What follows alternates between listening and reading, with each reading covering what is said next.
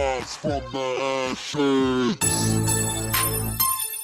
Yeah, okay. Where my niggas at? Where you at now? Where they at now? Where they at now? Where my women at? It's game time, nigga. It's game time, nigga. It's game time. Where my niggas at? It's game time, nigga. Where my niggas at? Where my bitches at? Niggas and my bitches come and bring it in with the crown 20 G, then the money never ends. Turn up in this bitch, no solo tip. Don't want no drama, but a cannon on my hip.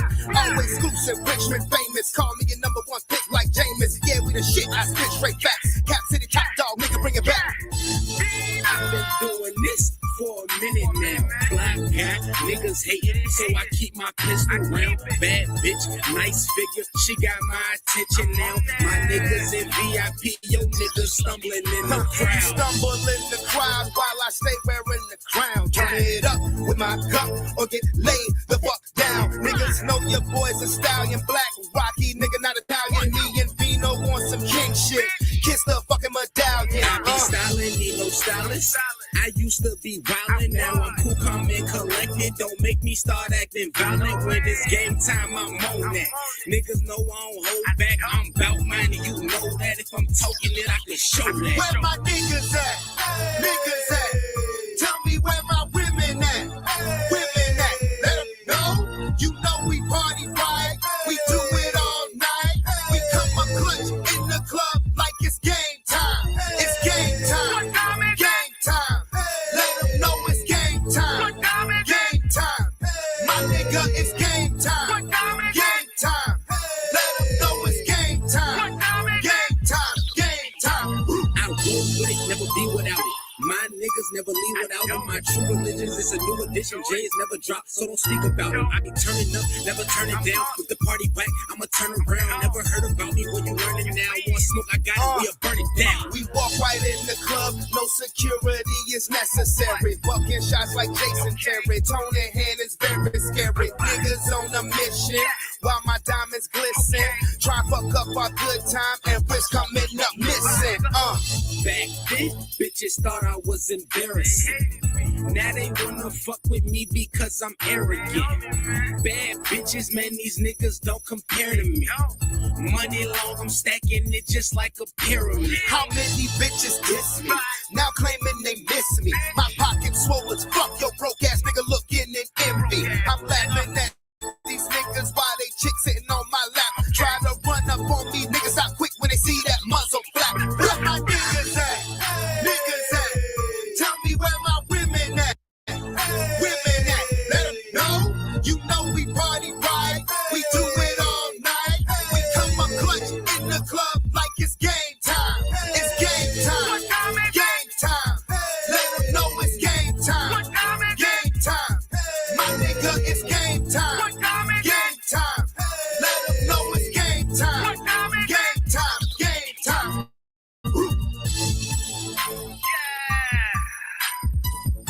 All day, all motherfucking night. Trayvon, Young Vino,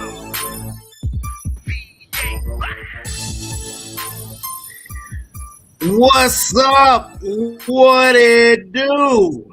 What's up? What is really good? It is your boy, Brandon Braveheart Towns, host of that show called Sports Plus Life. And this is the last Sports Plus Life in 2025, in 2025. I hope everybody's had a wonderful day. I hope everybody's having a wonderful week. I still don't know what the hell to do with myself. Because I'm still on like vacation and I still don't go back to work until January the 5th. So I still have nothing but time on my hands. Do you know I have found myself literally sitting on the couch, twiddling my thumbs, like, oh, what should I do now? You know, I started playing that damn Super Nintendo. That's right. In 2025, I play the Super Nintendo. You heard me? Yeah, man, I said Jaden Terry. Man, you can come on and join in now, coach. You can come on and join in, Hampton. What up, Lomar? What up, Lomar? Boy, it's about to be New Year's Eve. This the last show.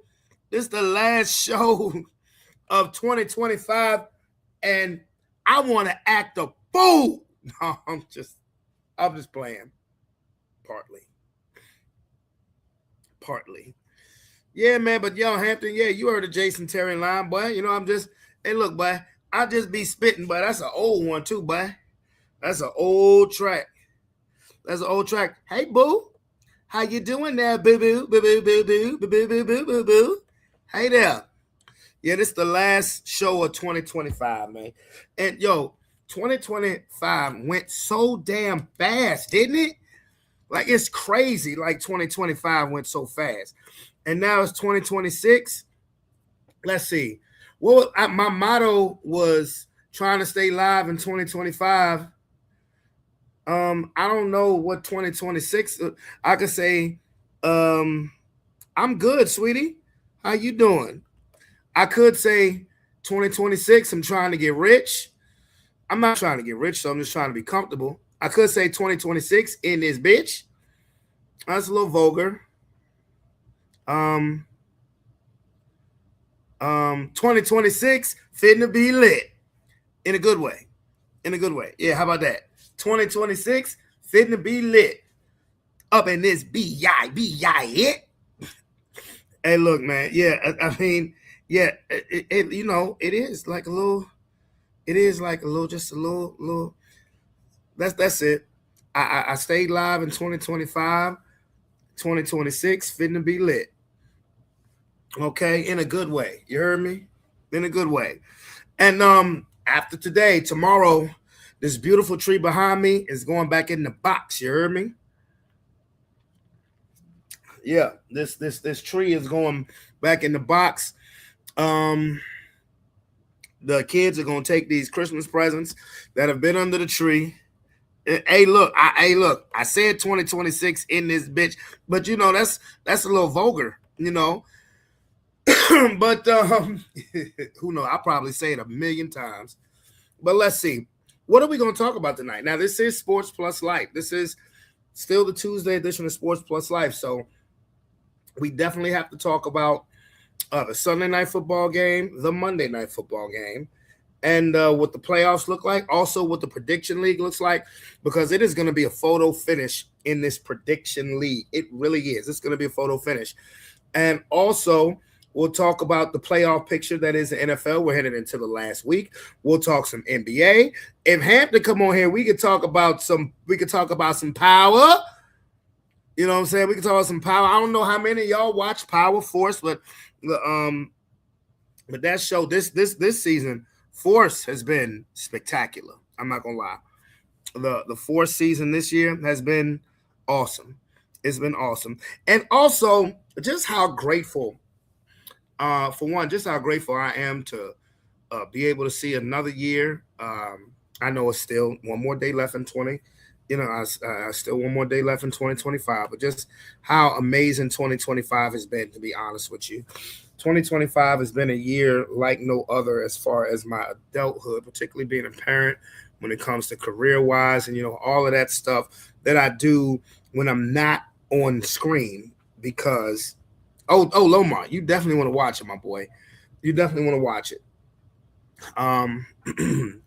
Yeah, 2025 has been something else, man. You know, 2025 has been something else in a good way. And look at this man coming. He's gonna come on here with his face hid. Unmute your mic, dude. Unmute your mic. This is the first time Coach Hampton has been making comments on the show. Yo. He's been making comments on the show for over a year, and now this is the first time Coach Hampton has ever been on Sports Plus Life. What up, homie? You know, I'm just glad to finally get the invite. Oh man, look. Well, then why don't you show your damn face then? What are you hiding from? Oh, my fault. I was trying to get it on my laptop, and my laptop keeps saying I need to update, so I just pulled it up on my phone. So yeah, pull up on your phone. Yeah, because sometimes the laptops can be nutty. Yeah. Sometimes the laptops can be nutty. When Rob Life is a Movie head ass was on here, when he used to be on his laptop, he used to be in the Matrix. But when he started getting on his phone, he was Everything was all right. There he is. Look at him. Look at that boy right there. Look Yes, at Coach sir. Hampton right there. Yes, sir. There it is. There it is. Is your battery? Is your battery? What's your battery on now? What battery? Let's see. I'm at like 90. Yeah, I'm at 90. Oh yeah, you good, boy. You good. You Yeah, ready to yeah, talk this yeah. shit, boy. You Oh, ready God. to talk this shit. Yes, sir. Everybody in the chat say what's up to Coach Hampton. He's a longtime chat member, commenter. This is first time on here. And I was just telling the folks, man, how grateful I've been of 2025. Accomplished a lot of things. Myself individually accomplished a lot of things in 2025. Getting my CDL, starting that new career with Henrico County, as well as starting my own business, starting the LLC, starting all day, all night ENT. Well, all day, all night, but started a long time ago. But ENT as far as the LLC, DJ business, all of that good stuff. This has been it's been awesome. It's been awesome, and God has blessed me. The Heavenly Father has blessed me so much, has blessed my kids so much, and I just hope to keep that same momentum going in 2026. I want everybody to win. I want everybody to win. I just want to win too. You heard me? Yes, you sir. know. But what's up with you, my boy? Man, not much. I mean, I've just been chilling. I've been chilling. Like, honestly, I really didn't even remember that. Like, it's almost the end of 2025 until I turned into the show. I was like, I looked at the calendar. I was like, oh yeah, the first is in 2 days. It's in 2 days, my boy. Nah, 2025 has been a movie, but it was quick. It was quick. What's one of the best things for you individually that you remember about 2025? I mean, best thing about 2025, I have to say, like, I know I just told you about it last week, but I'll tell the chat now. I was voted coach of the year for my job. So there it is. What? Say he was voted what? I was voted coach of the year for the entire year. So coach of the year for his job. You heard that? We got the coach of the year in this bitch, and we gonna let it be known. Yes, sir. I think we got out of I think it was 40, 48, 50 coaches, I want to say, out of all of us. And I was the best. So I was how many coaches out there? It's 50. 50 coaches. 50 coaches. And this young man right here was voted the best out of all 50. You deserve it. I mean, because I know when you come to skip with, bro, when you come to skip with, the kids love you, man. Yeah, I appreciate it. And yeah, that's awesome. What else? Anything else? Oh, let's see what else happened this year. I mean, I did some moving around. I now upgraded. I'm now no longer in an apartment home. I'm now in a share leasing of an actual house. My man, for real? Yeah. When did that happen? Happened I want to say it happened last month. Yeah, it happened last month. So it's figuring out all the details and all that. So one of us actually owns it, and then everyone else just shares monthly payments. So okay, I got you. I was gonna say you was over this motherfucker a week ago, and you ain't say nothing, nigga. Yeah, no, I was just I'm staying here, and I'm just am I gonna stay here? But I just signed over a lease to stay here for at least a couple more months. So I'm it's been going good. You been stacking money good in it though.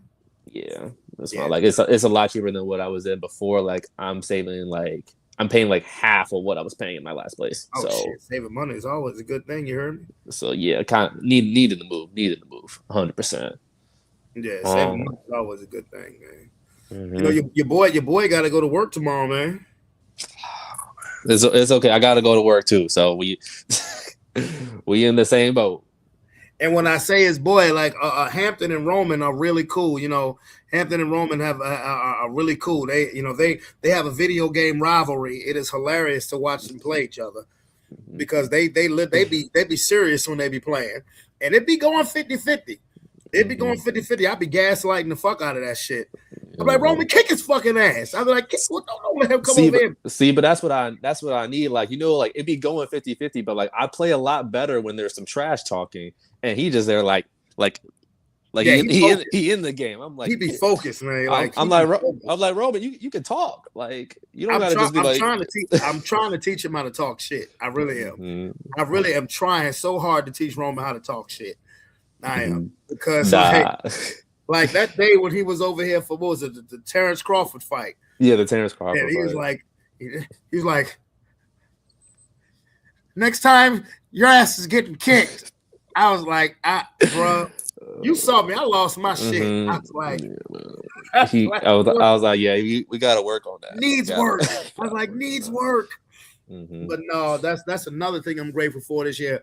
My son going into high school and also being able to have a job. Like, that's crazy. My son being a freshman in high school and being able to have a job. Like, that's absolutely awesome. Like, I can't hold nobody about that. That's wonderful. And I don't, and then look, this is one thing about me with a new year when it comes to like when a new year's getting ready to start. You know how everybody has, I'm gonna do my New Year's resolution. I don't do those. I don't do New Year's resolutions because niggas forget about that shit 7 days into the year, bro. Niggas really forget about that 7 days in the year. I set goals. I set goals. You know, I set realistic goals, and the goal for 2026 is, if not to move into a bigger spot, to be positioned where I can do so at the beginning of 2027. So that's the main goal. Everything else and making sure I stay healthy. That's 1 and 1A. Really, 1A is making sure I stay healthy first. 1A is positioning myself, you know what I'm saying, for the move. That's why I'm hustling the way I'm hustling. And it'll be getting warm soon.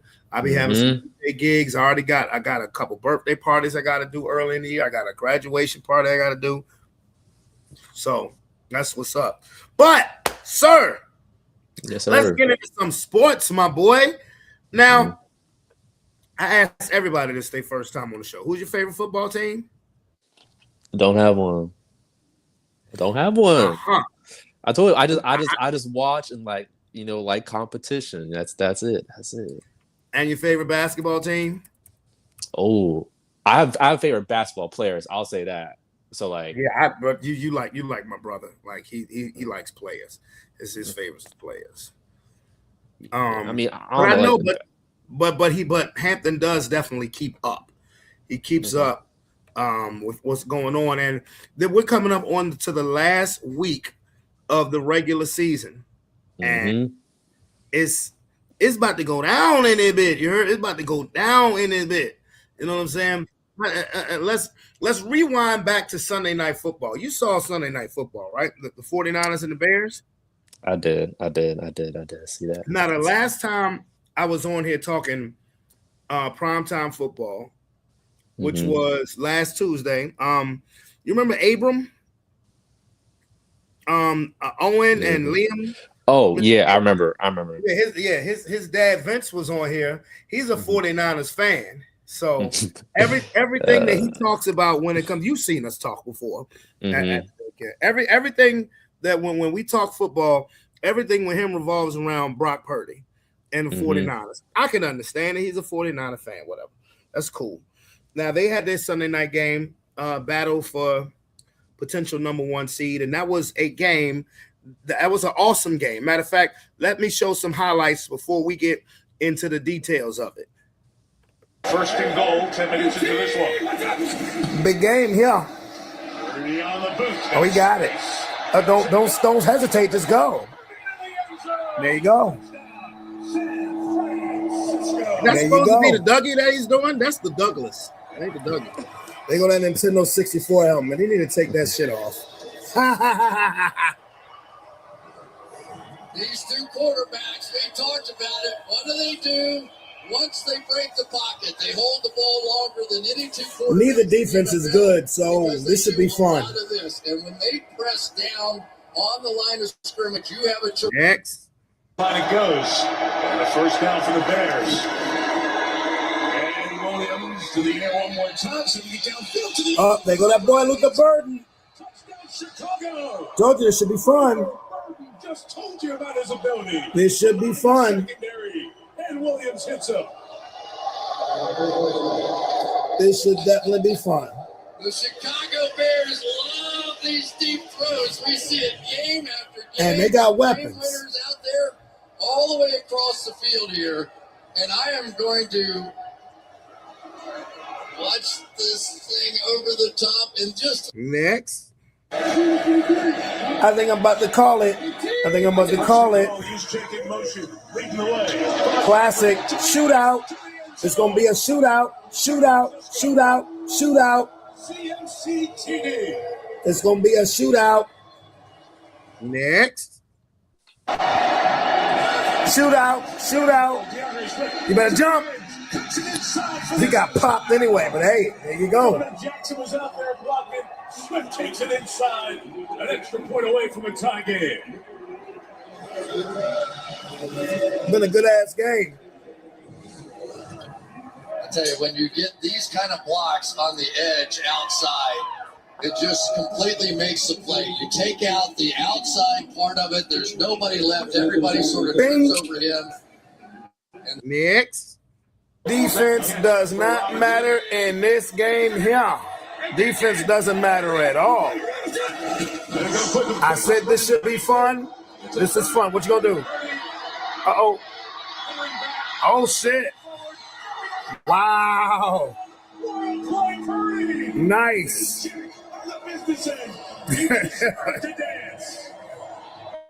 I don't know what that was, but okay. Great play, though. What you got, Caleb?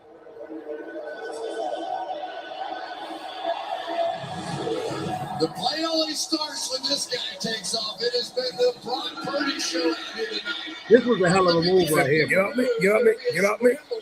Between these two quarterbacks, look at Juszczyk. You were just sitting there watching the show. He kind of got lost in the whole thing. But this is why they paid Brock Purdy like. Next. This has been a game. Juszczyk in motion. Still Purdy with a clean pocket. Got him. Oh, he in there. The Niners take the lead. 2? Why the hell would you go for 2? Unless you X. Man must see. 4 seconds left. Oh, they didn't take a timeout. He's got to throw it to the end zone. Clock is expired. What are you going to do? He's looking. He's got to get Oh, my God, it's all broken up. That's it. And the Niners have won. Wow. They should have called a timeout. Okay, now, you know, because you was over here at Thanksgiving, you know how, like, sometimes I'll run the playback just to, record it and shit. Mm-hmm. In that situation, they had just taken time out. So, no, I was up. That was when it was actually happening. So, I was like, I did that a couple of times this past weekend, like with the Philadelphia and Buffalo game. Like, when they went for that 2-point conversion, I was right there with it. I was like, okay, we're going to get, whatever's going on. So, you see the 49ers won a shootout. 49ers win a shootout. They have now positioned themselves where if they win Saturday night against Seattle, their game against Seattle is the winner gets the number 1 seed in NFC. The loser could drop as far as the 6th seed. Well, at least San Francisco could. I think Seattle will be locked into a 5 if San Francisco beats them. No, but what the 49ers is, what's unique about their situation is if they win Saturday night, they could be home all the way up through the Super Bowl because the Super Bowl is in San Francisco. Mm-hmm. So, like, they literally would have home field advantage literally throughout. So, what did you think of that game? I mean, honestly, I wasn't surprised by that game. Like, I think I was expecting, like, the 49ers to win. I just think it was going to be, like, they were just going to keep going at it, like, with points on points on points. Was not expecting that. Like, both defenses haven't been, like, that good. But still, like, I think the outcome was, like, at least as expected, like, on my own end. But now I'm just worried about, like, if the 49ers can keep that same momentum going into Seattle. Well, that game is at home. Game's Oh, in it's at San home. Francisco. Yeah. Oh, I didn't know. All right. But Yeah, like they don't have to go nowhere for the rest of the season if they win. If they win that game. Now, of course, if you lose, you start off on the road. But if the 49ers win, they don't have to go anywhere the rest of the season. Win, lose, or draw.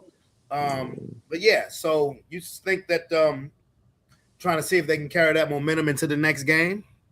Yeah, I think so. I mean, it'll be tough being Seattle, but at least you're home. Yeah.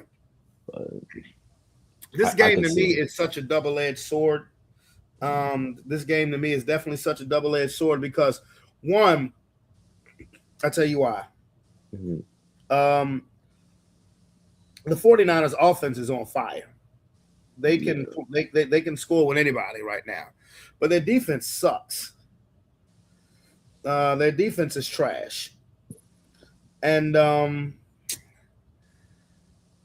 that could be their downfall. And why it's a double-edged sword to me is because Seattle has a very good defense, but I don't believe in Sam Darnold when it comes to big games, even though he just had that big game against the Rams 2 Thursdays ago.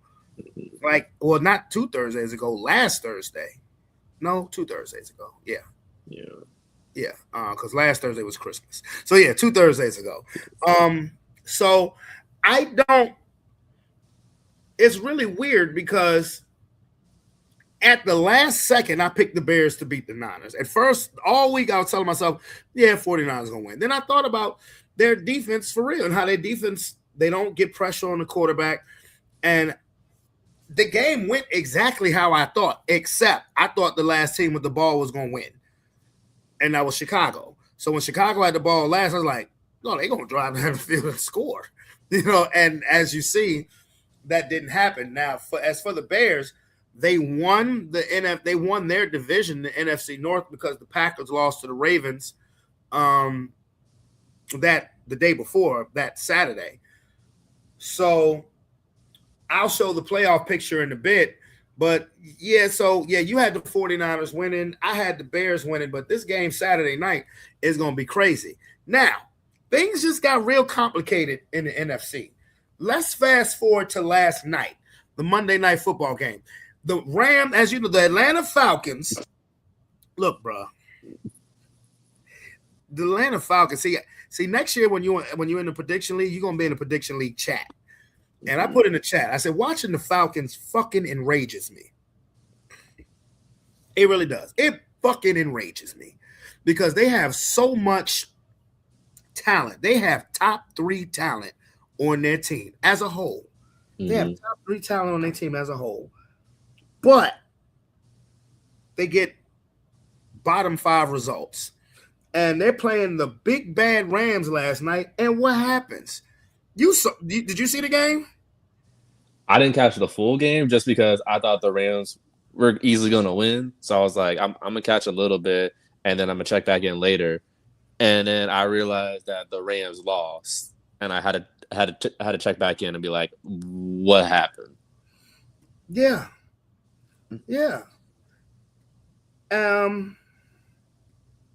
It was they make me so mad, man, because when you look at their division, the NFC North, that's the division with Tampa and Carolina. Mm-hmm. If you look at every team on paper, Atlanta is head and shoulders the best team on paper. Now, of course, we know you don't play the games on paper, but they are by far the best, most talented team, and they should do a whole lot better than what they've done. Now, for the Rams, they knew that they because they lost to Seattle a couple of weeks ago, they knew that they could not win the division. So and I don't know if they sleptwalk or not, but let me I put some highlights in there. So just I put a few. So let's check it out. Jones. No, it's just now will you admit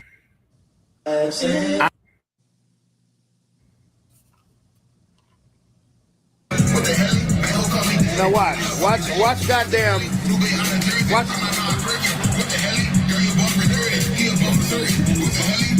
Now watch goddamn damn, that's loud. Watch goddamn Watch Atlanta find a way to lose this game. I believe What that the the hell whole is so game, damn Hampton. loud? I thought that the whole game. Hey, amen to that, brother. Touchdown catch number 4. Amen to that. But watch Atlanta find a way to lose. Atlanta has top 3 team talent with bottom 5 team results. Tell you, I'm sure the Falcons are going to find a way to mess that up. Oh. Intercepted by Bates. Ooh. It was high for Mumfield. Bates. Pick 6. I thought Matthew Stafford was supposed to be the MVP. So ain't playing like an MVP right now, boss. I thought Matthew Stafford was supposed to be the MVP of. Not playing like it right now, boss. But it ain't about how you start, it's how you finish. Jesse Bates, boy, Cincinnati should have never let him go. Interception, first touchdown for Bates this season as Stafford missed Mumfield and just threw high.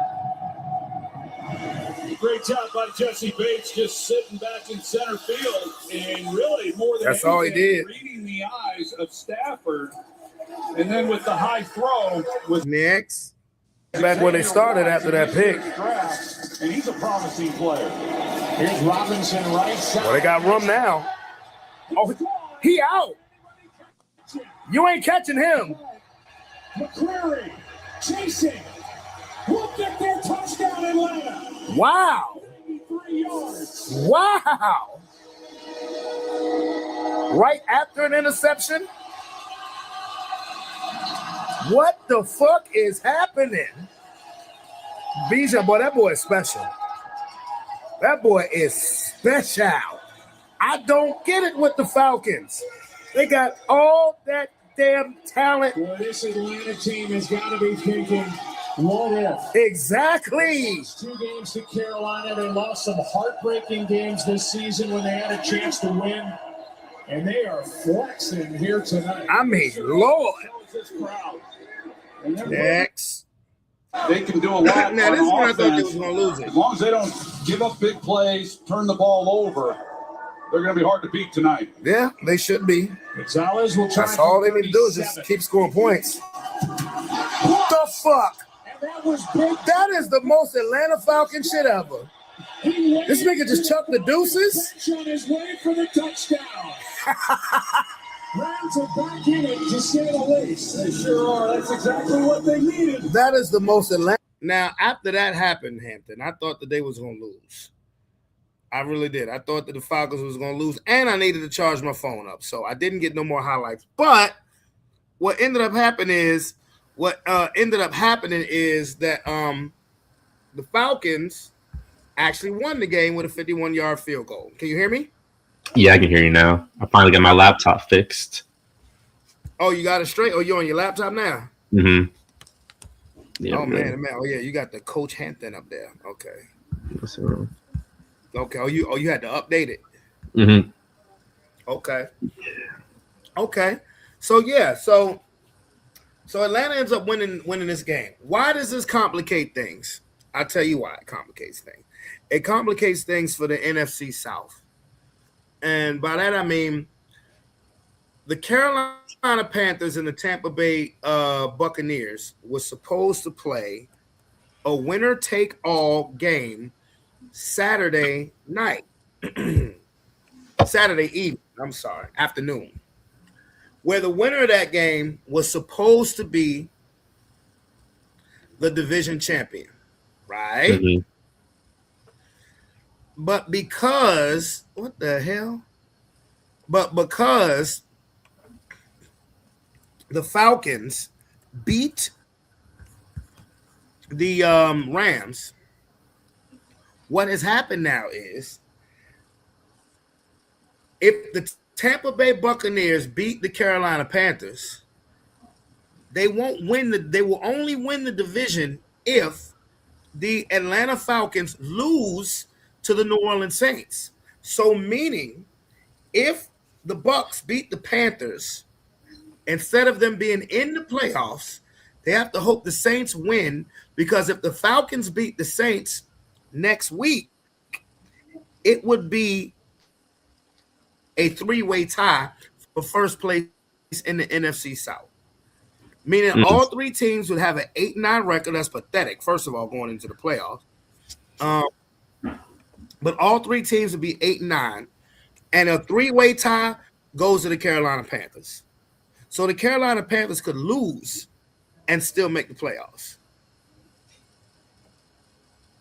All because the Falcons won last night. Wow. Now, if the Panthers beat the Bucks, on Saturday, then they're in. Then what happens with Atlanta and New Orleans is a moot point. Mm-hmm. But that's crazy. And I'm going to show you the standings now. These are the standings now.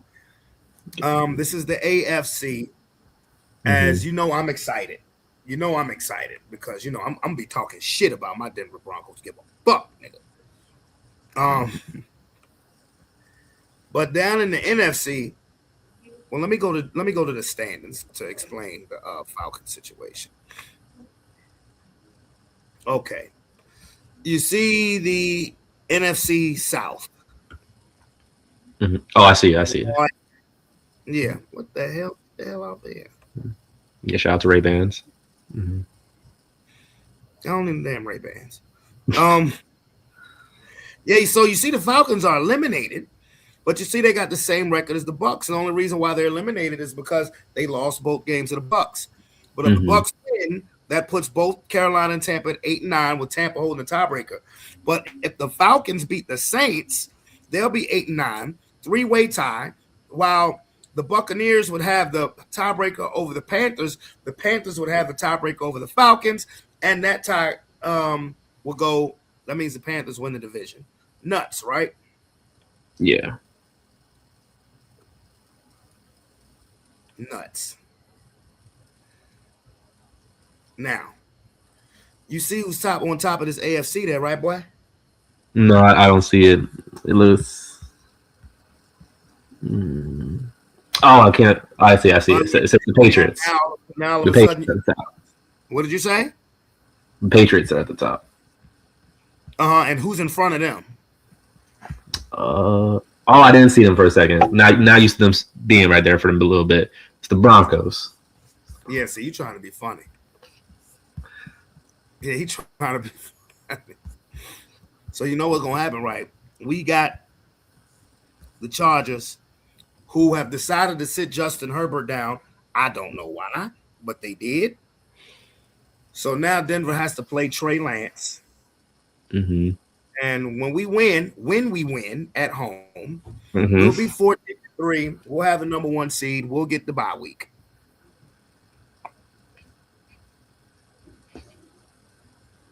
Now, I got a question for you. There's a winner-take-all game Sunday night between the Steelers and the Ravens. Who do you think is going to win?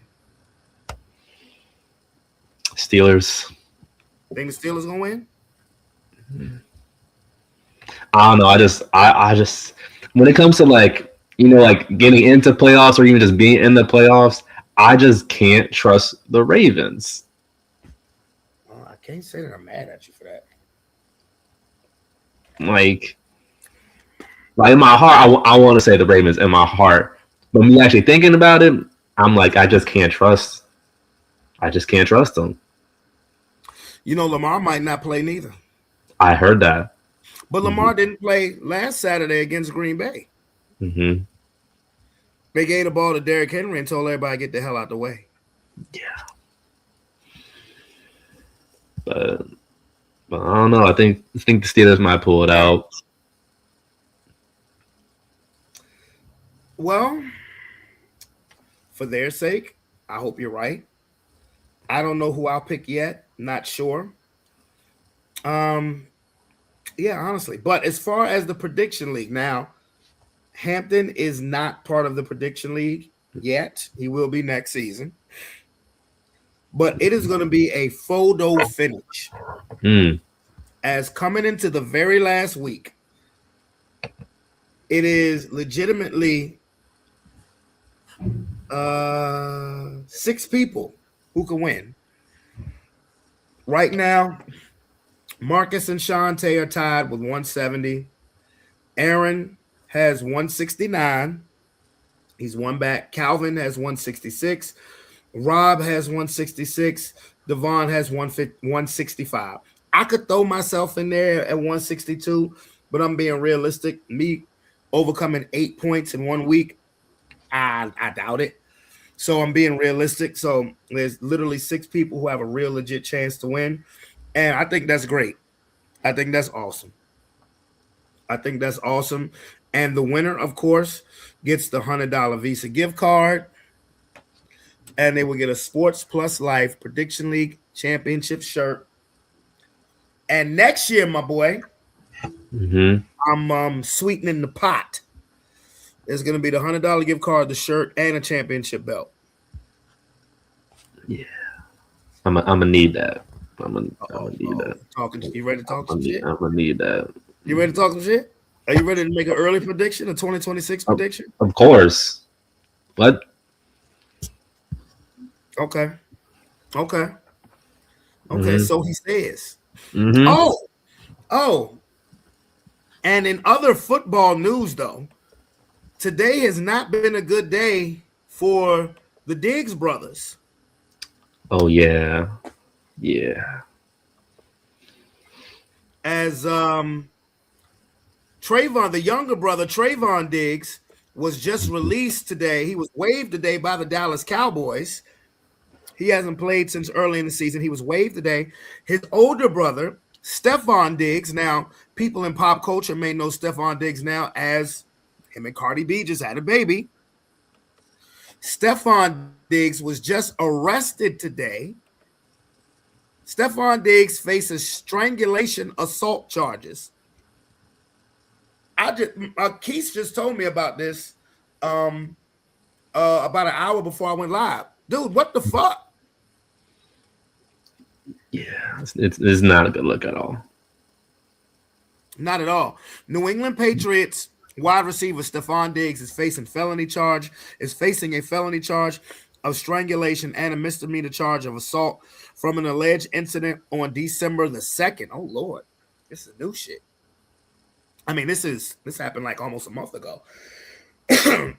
A motion hearing took place Tuesday morning at Dedham, Massachusetts District Court. Diggs' arraignment is scheduled for January 23rd, which is the Friday before the AFC Championship game.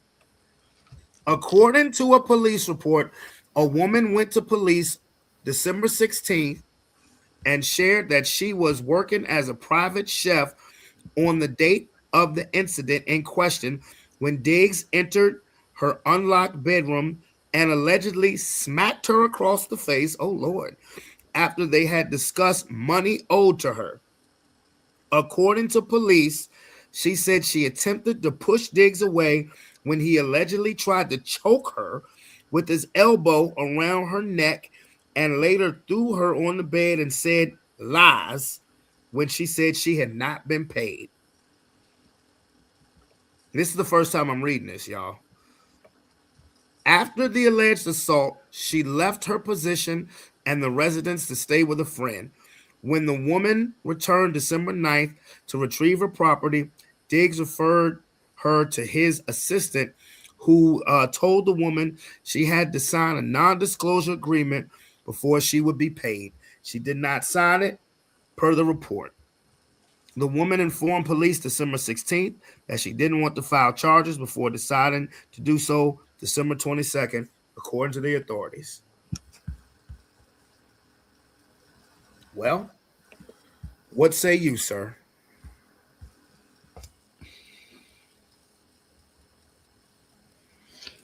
Like, do you not got money? Like, what do you mean? Like, even if like you did pay her, you could throw a little something extra. Like, you got the money to pay her. You did not have to go through all this, knowing if this gets out,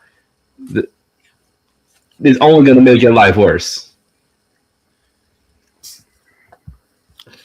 Now, all of this is alleged because if this happened December 2nd, she didn't decide to press charges until 2 weeks later. Let's see, that was 2 weeks, December. Let's see, that was 4 weeks ago to the day. Yeah, 4 weeks ago. To the day. Mm-hmm. Okay. I'm not going to sit here and say he did it. I'm not going to sit here and say he didn't do it. I don't know. But what do you think? Now, seeing how this happened 4 weeks ago, this is interesting. Mm-hmm. Yeah, just because, do you think the Patriots knew about this? I mean, honestly, like I feel like when it comes to like these athlete scandals, there's always one person amongst the team, if it's not like a coaching staff member or somebody, but someone knows like at least the truth, or at least what is the majority of the truth. Now, with the season that the Patriots are having, whether this happened or not, I definitely could see them trying to keep it quiet, potentially, like if this was how he said it, saying that she had to sign a non-disclosure agreement but then didn't sign it. Like 2 weeks go by before you would say anything, but then you want to report it but also not press charges. Still reporting it is still making an impact enough, let alone like whether or not you're pressing charges or not. But I don't know, it's something is off. That's what I'm gonna say. Something's not adding up. Well, because this is Stephon Diggs has had an interesting 5 months, because before the season started, I don't know if you remember, he was filmed on a boat. I remember that. With giving some pink powder to these chicks who look like dot boxes. Yeah. Now, nobody knows, quote unquote, what that was. It looked like that Tootsie. It looked like that Tootsie. And for those of you who don't know who that Tootsie is, that Tootsie, it's drugs. It's kind of like pink cocaine. Okay, it's like cocaine mixed with, oh Lord, it's like cocaine mixed with X, mixed with Molly, it's Tootsie. I don't know. I never tried the shit, never will. Okay, so that was in July, either June or July. Then nobody really thought much of it. I'm gonna be honest with you. Nobody thought much of it because Stephon Diggs was starting to be seen as a player on the decline. Plus, nobody had any real expectations of the New England Patriots. I'm just calling a spade a spade. No, you're right.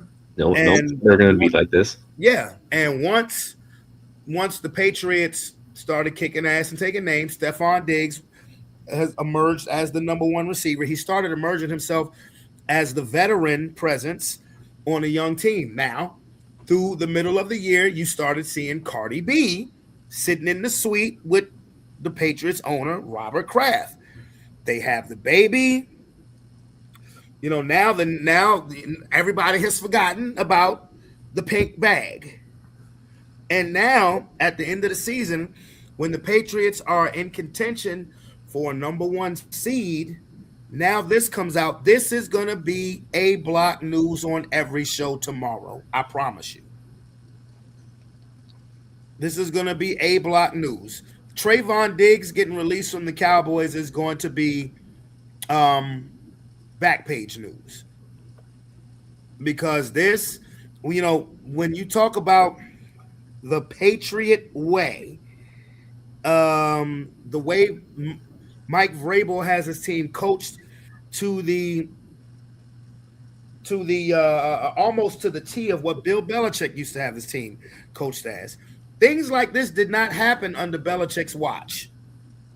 Now, let me continue reading this article. Diggs' attorney, David Meyer, said in a statement that the allegations are unsubstantiated.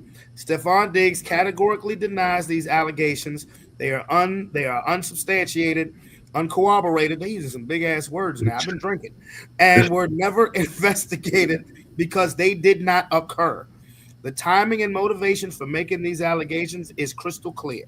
They are the direct result of an employee-employer financial dispute that was not resolved to the employee's satisfaction. Stephon looks forward to establishing the truth in the court of law. Okay, that sounds good. That sounds good. Now, I have to lean in your direction, Hampton. Bruh, whatever financial issues you got, nigga, why you just pay her? Exactly. And that now leads me to asking even more questions. How much will the NFL intervene with this situation that's now happening with Stephon Diggs? Because the Patriots might not sit him down, but the NFL could sit him down for conduct detrimental to the league. They very well could. They could lose Stephon Diggs for the rest of the season behind this. How do you think that's going to play out? Honestly, this is not a good look at all, especially like it being at the end of the season as it is. Like, because even I'm thinking on the side of like, say this case happens, it happens before any of the playoff games. Whether he is deemed guilty or not, either the Patriots themselves or the NFL is intervening with the rest of the season. So it could be up to the Patriots to be like, okay, we're going to sit you for like a game or two, but then the NFL is like, actually, you're done for the season. Like, this is not a good look at all. Like, you had an earlier case before the season even started. We let that go, and now we're getting this.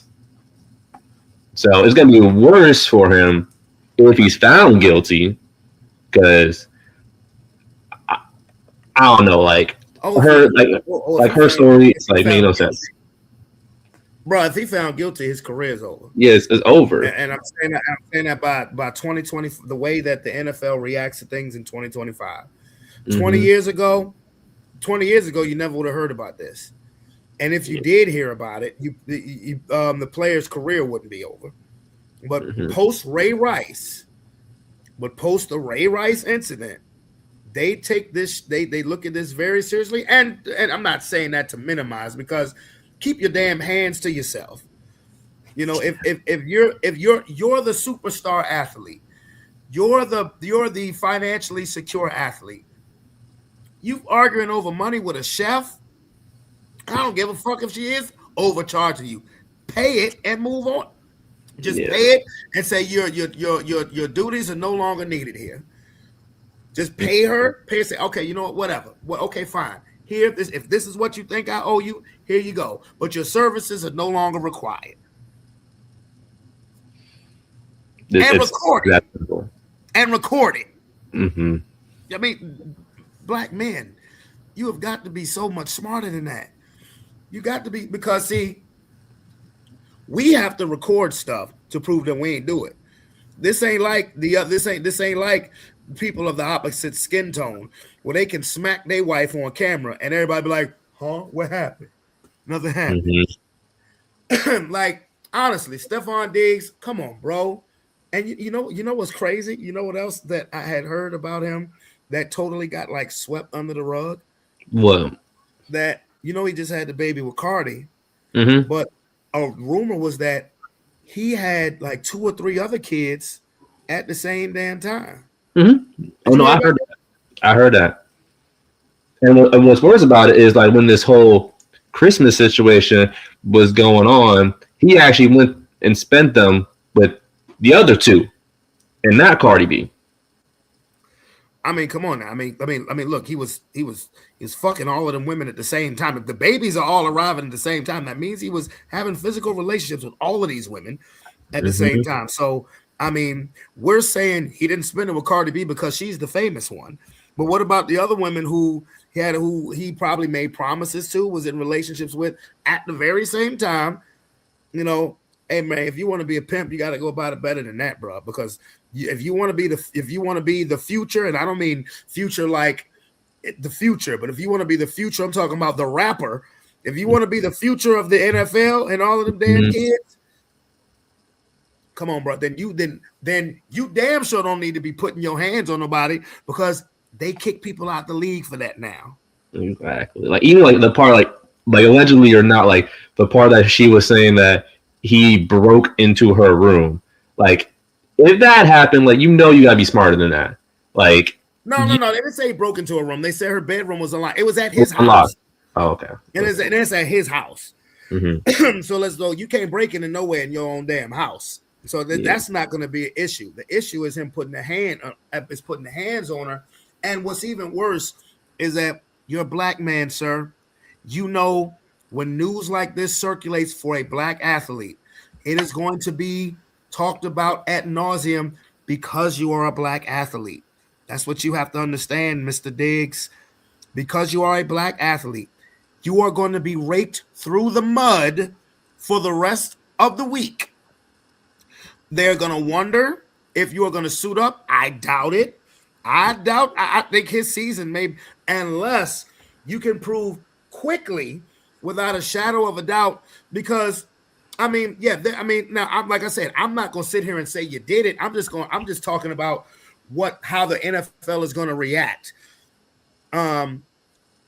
Unless you can prove without a shadow of a doubt in the next 72 hours, you at least ain't playing this week, bro. You at least ain't playing this week, and you may not play next week in the wild card round as well. Because now, again, I'm leaving it up for question, because if this happened 4 weeks ago, you waited 2 weeks after that to report it. Mm-hmm. That's weird to me. Matter of fact, you waited 2 weeks to report it, and then you waited another 6 days after that to press charges. Because remember, they said she didn't actually press charges till December 22nd. Yeah. So I have my questions of, if this happened on December 2nd, you should have reported that December 2nd or December 3rd, the latest. Because if there are any marks on you or anything like that, how can you prove it? Because you've almost waited a month. Now, if this did happen, my deepest sympathies go with you. And if this happens, Stephon Diggs, your career is over. Your career is over. Because for one, you're on the wrong side of 30. Even though you've been great for the Patriots this year, you're on the wrong side of 30. And that specific organization doesn't tolerate that shit. I'm surprised, because when they saw him giving the pink powder to the women, everybody back then was saying, cut him. And he's only on a 1-year deal anyway. So needless to say, unless this totally goes away, they ain't bringing you back anyway. And the next team who does decide to bring you in, if they do decide to bring you, the next team who's thinking about bringing you in, they're going to have a whole lot of questions about what's going on outside of football. They're going to have a whole lot of questions. And for you just having multiple goddamn kids, what do you think you're going to know? You think you're going to sit down and mooch off Cardi? That what you're going to do? Hey, Cardi, I can sit down and mooch off. If you need somebody to sit and mooch off you, I can do that. And I'd be far less the headache. And I'm great with kids. Okay. I'm just not going to encourage you to do that devil shit. I love Cardi now. I love Cardi, but yeah, man. So how do you think that's going to play out with Stephon Diggs? Honestly, it's not going to be good no matter how. Like, because you were saying, like, if he can prove something in, like, the next 72 hours, maybe he can, like, play another game before the season ends. I don't think that's going to get to that he's going to in 72 hours. I think after 72 hours, if it gets to 72 hours, it's only going to get worse after that. Because that case is going to happen. That after it's now that's out there, it's being reported, it's going to be talked about everywhere tomorrow. It's just going to get progressively worse because now more and more people are going to even look into it. More people are going to bring it up in media conversations. Oh, it's going to be mainstream talking tomorrow. It's not the look at all.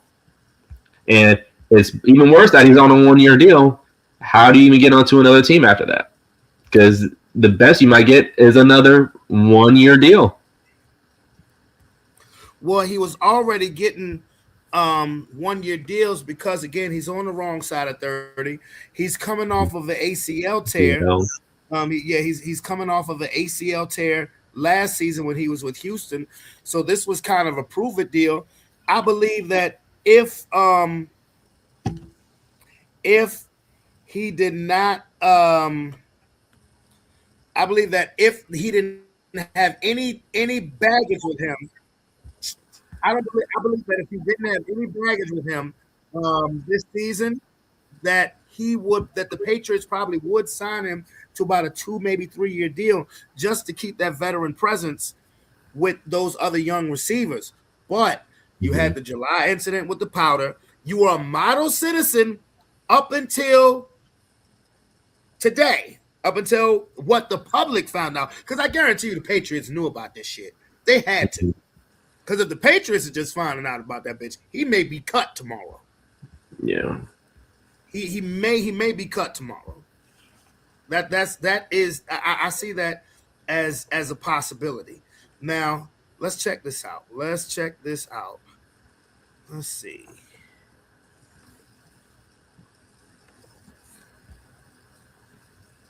Receiver Stephon Diggs has been charged with strangling and assaulting his private chef over a financial dispute. So this is all the court paperwork, and there is a lot in here. So this alleged incident happened on December 2nd, but the victim did not come forward to police until December 16th because she told police she was hesitant to say anything because of Diggs' fame. So in the police report, she tells police that she was in the bedroom texting Diggs over a financial dispute. She said she believed she was owed money, and she was texting with Diggs when Diggs came into the bedroom and they got into an argument. I'm reading from the police report here. It says she alleges that the male then smacked her across the face. She said that she tried to push him away. The male then tried to choke her using the crook of his elbow around her neck. Now, in the police report, this says this happened at Diggs' home in Dedham. Diggs' attorney says he categorically denies these allegations, calling them unsubstantiated and uncorroborated. The Patriots also released a statement saying that Stephon informed them of his innocence when it comes to these allegations, and the Patriots said, we support Stephon. The NFL spokesperson also said they're aware of the matter and that they are in touch with the Patriots, but that's all they would say. Diggs is scheduled to be arraigned on January 23rd, and then we have a lot more on our website, NBCBoston.com.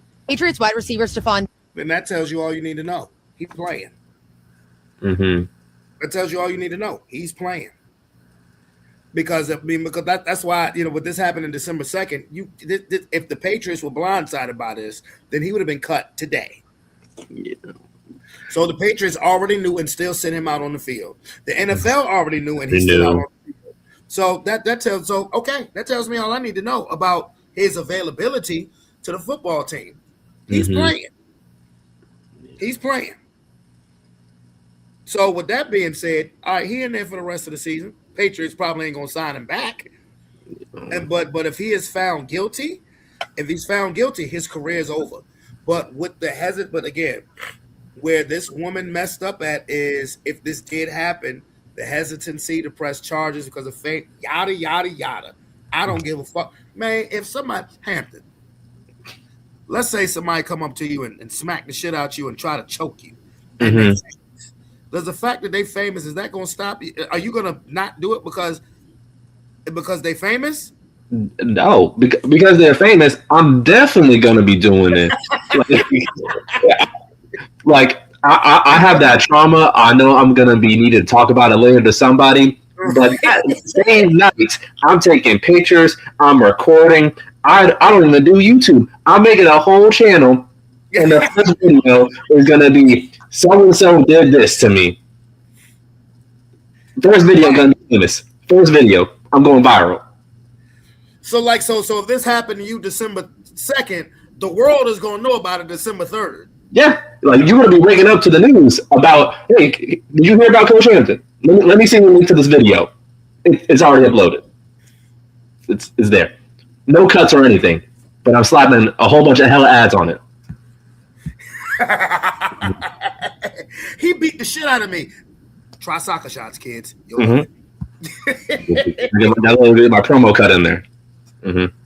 Yeah, and see, I'm not trying to be funny because if this did happen, that's awful. I'm not gonna sit here and say Stephon Diggs, you're a monster because I don't know. This is the timing of it. It just looks funky. And with that report, that told me all I need to know. The Patriots know about it. The league knows about it. They've let him play. He'll play. That just answered all my questions. Mm-hmm. Unless he's thrown in jail when he's arraigned, which is not going to happen. Yeah, he out there. He in there. So any question? So everything I just said about him not playing this week, forget all of that. Forget all of that because he'll be there. He'll be there. But if this is not true, I'm gonna just say this to Stephon Diggs. You have to be smarter than that, sir. First of all, I don't give a damn. Look. Give a damn what kind of chef it is, nigga. Don't be having nobody living them in your fucking house. Have one of your baby mamas staying in your goddamn house. Okay, how about that? You know, I know people, athletes have their personal chefs live with them. How about next time making your personal chef a dude for one who will probably fight your ass back. Okay, if you try that shit. All right, so. You got move smarter than that. And if you have a dispute about anything, even in your own home, record that shit. Because that way, if somebody come up with some bullshit charge, you can say, well, watch this. If it's one thing niggas need to have learned from Diddy, record everything. Press that record button. Because with you being black, that can help in situations like this, because black athlete, domestic abuse, that is all too much. And this is still going to be A block attention. This is still going to lead every show, but it's going to be kind of put to bed a little bit because the time of when this happened 4 weeks ago, the fact that the Patriots know about it, the fact that the league knows about it, they've known about this at least for the last 2 weeks, and he's played. So that lets you know that the league is saying, okay, let's see how this plays out. The Patriots are saying, let's see how this plays out. But it's going to be A block news tomorrow. I promise you. Nobody gives a fuck about Trayvon Diggs being cut by the Cowboys. Yeah, this is the Cowboys. You got cut by the Cowboys, nigga? Really? Really? The Cowboys defense stinks. But I will say this. He was cut before the last week of the season. That means a playoff team could pick him up. And watch me talk this shit and watch the Broncos pick his ass up. Just watch him talking this shit and watch Denver pick his ass up. And if it does, I'm gonna rewind back to this moment right here. But anyway, NBA, my boy, NBA. What are you thinking of the season so far, sir? Honestly, the season is actually going better than what I thought it was. Because I think, like, at first I was worried because there was a whole bunch of injuries that were happening, like, at the end of the last playoffs, injuries going into, like, the summer. It was like, okay, we're going to have a season with no Jason Tatum, no Halliburton, and it's just like, okay, so the Knicks are just winning the East.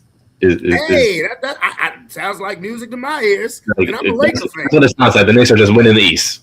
Like Giannis might be leaving, but he doesn't want to request a trade, so he's just stuck in Milwaukee.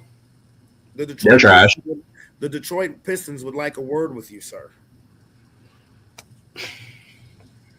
They're still too young. They're still too young. I'm gonna say it again. The Detroit Pistons would like a word with you, sir. Look at these standings, sir.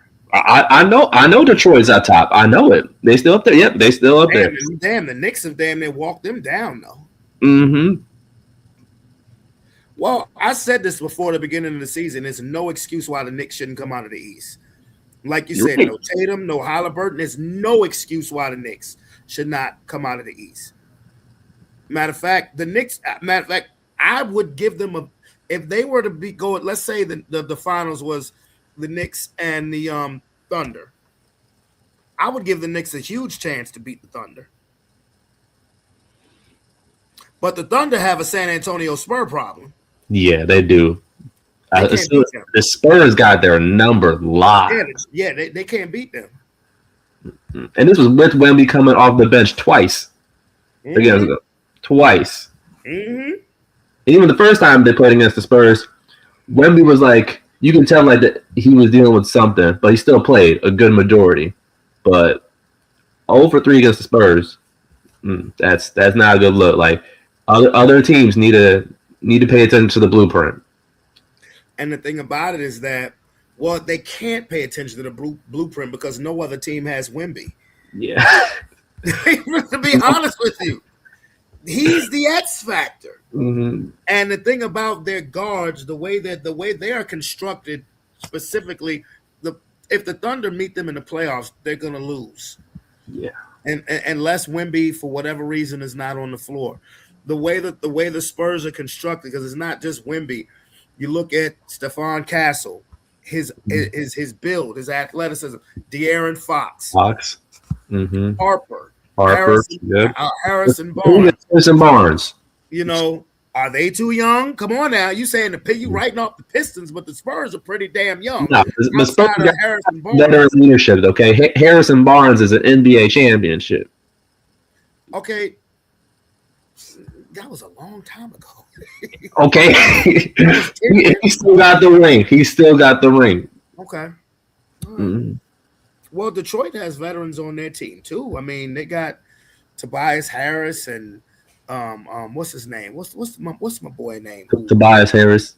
No one's scared of Tobias Harris. I ain't say nobody was scared of him, but he's a veteran. And they have Dennis Schroeder. You know, Schroeder can ball, and Cade Cunningham is nice. Okay. Cade is so nice. I remember when people were saying like last year he should have won Most Improved Player. He should have. He was a number 1 pick, but he was a number 1 pick. He was supposed to be good. I understand that part of it too. I do. Mm-hmm. I do. But I'm so happy that the Pistons are back. Like, as you know, I am not the NBA fan that I once was. I'm gonna be honest with you. I'm not the NBA fan that I was 10 years ago for 2 reasons. Well, 3 reasons. LeBron. One, as a Laker fan, LeBron, yes. Leave. Please leave. LeBron. 2, load management. 3, the overusage of threes. Yeah. You know, really with the overusage of threes and load management, I can actually, if that wasn't an issue, the LeBron thing wouldn't be that big of a deal because you know, the Lakers as constructed are not going to win a championship. I'm a Laker fan, but I'm a realistic Laker fan. The Lakers as constructed are not winning a championship because, one, their 3 best players do not play defense, and now Austin Reeves is out for a month. LeBron doesn't play defense because he's too old. Luka never played defense. DeAndre Ayton started off the season playing defense. The best defenders are Marcus Smart and Jared Vanderbilt, and we're not that good at shooting threes. So while the Lakers will get a top 5 seed, that's fine. Our ceiling, the Lakers' ceiling is the second round. Second round exit. Because if we run into the Spurs, they're gonna kick our ass. If we run into the Luke, whatchamacallit just got hurt. Joker. Oh yeah, I saw that. Joker's got hurt. Mm-hmm. Yeah. But if we run into if we run into Spurs, they're gonna kick our ass. If we run into Houston in the first round, they'll kick our ass. If we run into Minnesota, they kicked our ass last year. They'll kick our ass again. Mm-hmm. And as far as the Golden State Warriors are concerned, bro, people need to understand it's over. It's over. It's over. I love Steph Curry. I love Draymond Green. I love the Warriors dynasty, but it's over. Mm-hmm. It's over. What you see their record is right now, a barely 500 team. That's them. That's them. It's over with. It's over. Yeah. And it's honestly not a good look at all because they could end up being like a 7th, 8th seed. But I honestly can see them losing both playing matches. I could see that too.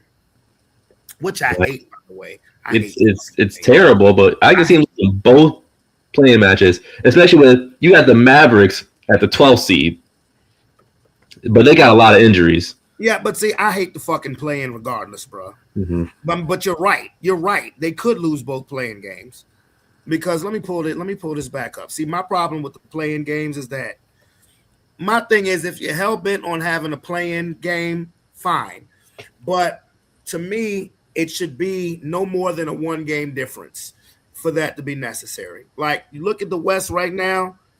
Look at the 8th and the 9th seed. That's a game and a half. Too bad. I wouldn't have no damn playing in Portland. What the hell? Portland, really? Yeah. Why is, Portland hasn't earned diddly shit. Mm-hmm. Look at the East. The difference between the Cavaliers, who are a huge disappointment right now, and the Bulls, I wouldn't have no playing. If you the only way a playing would be necessary would be between the 8th and the 9th seed if there's a 1-game difference. That's it. There would be no 10th seed who are 10 games worse than the goddamn 7th seed having a chance to be in. No way. I think that's, and this is why I have my thinking of Adam Silver as a commissioner has gone so far down over the. I'm serious. Can't get the All-Star game. He let the players ruin the All-Star game, and now the play. I mean, like I said, if you're hell bent on having a playing game, like, to me, there's no, and under no circumstances would a team,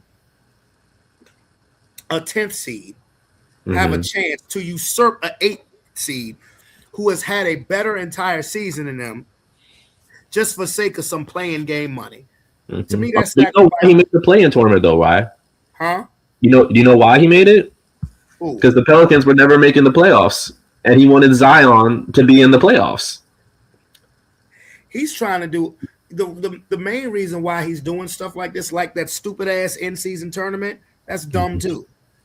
The reason why they're doing that, and I'm not saying, look, if you're a Knicks fan and you're watching this, congratulations. Congrats. I know the Knicks haven't won shit in 50 years. I get it. It'll be the last thing they win.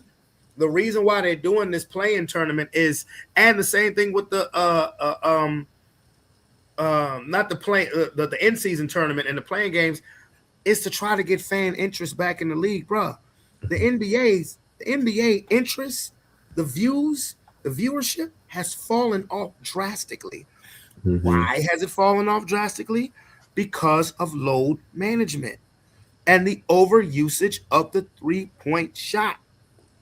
I cannot watch the Boston Celtics play basketball. It disgusts me. I watched the Celtics play for 2 minutes and I changed the channel. It's not like people say, well, that's how the Warriors won. No, it isn't. No, it's not. Because the Warriors had a mid-range game. They had an inside game, especially when Kevin Durant was there. And they had the 3-point game. Now, when Curry and Klay Thompson got hot, they got hot. Fuck it. But their whole offense didn't revolve around, let's shoot a 3. Let's shoot a 3. Let's shoot a 3. No. Yeah, I think it got like really bad when the Warriors and the Rockets played against each other, and all the Rockets did was just shoot threes. That's Mike D'Antoni. Missing. And what happened? They lost. They lost. And it was still a close game, too. If they just took any twos, they would have won. Had to take, like you said, if the Rockets had taken any twos, they win that game. Mm-hmm. If they shot, because I remember that game, they missed 27 straight threes. Yeah. If you had to cut that in half and started designing stuff mid-range, inside, the Rockets probably win that game. Yeah. And like I said, that's why Mike D'Antoni's not a head coach anymore, because while he really is the one who's responsible for the amount of 3-point shooting, because 20 years ago, his offense in Phoenix was Steve Nash and Amari Stoudemire, 7 seconds or less. People blame it on the Warriors. That's really untrue. That was really Mike D'Antoni's Phoenix Suns and then his Houston Rockets. The Warriors were just the best at shooting threes. It just is what it is. They were a once-in-a-generation phenomenon. The Boston Celtics make me sick. I mean, they already make me sick as a Lakers fan, but I'm serious. I watched them play for 2 minutes and I changed the fucking channel. I cannot watch them niggas. It really annoys me the way they play basketball. It does. I cannot watch them niggas.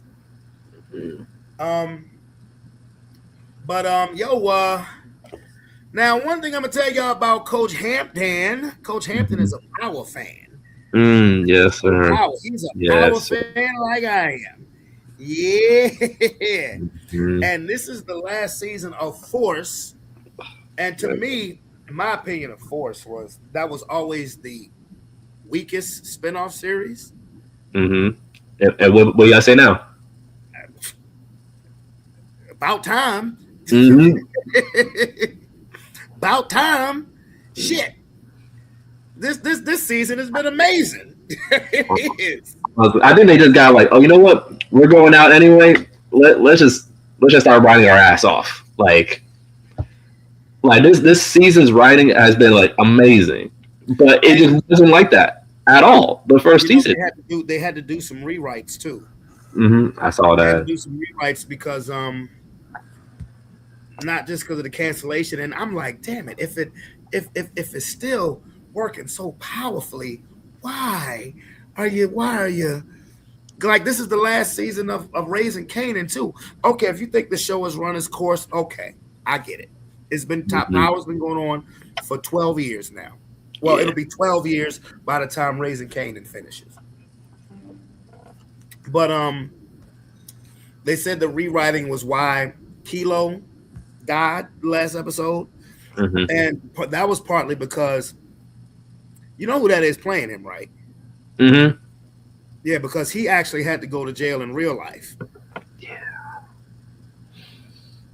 I was getting sick of his overly mean ass anyway. I'm like, nigga, every time you talk, you make bigger beer face. You I mean, I thought it was fun. I thought it was so funny though. I was like, you ain't 24 hours and you caught it, you dead. I was like, yeah, I'm like, first of all, why are you trying to look so hard every time you talk? yeah. You a big 6'9", 300-pound motherfucker. You don't have to sit there and look. Oh, he ain't dead yet. Like, nigga, what? But bruh, I felt some type of way, man, when they took out JP, man. But I honestly, I knew it was over as soon as Tommy was like, "Don't pull up on Jannard." I was like, he's gonna do it anyway. As soon as I saw JP come out of nowhere and hit Jannard, I was like, he's dying. He said, "You fuck with the wrong faggot." I thought he was gonna kill Jannard. I thought he was gonna kill Jannard, and when he left, I was like, "No, you gotta take him out." Mm-hmm. No. But the part that I found most special is that the dude who was with Jannard did absolutely nothing.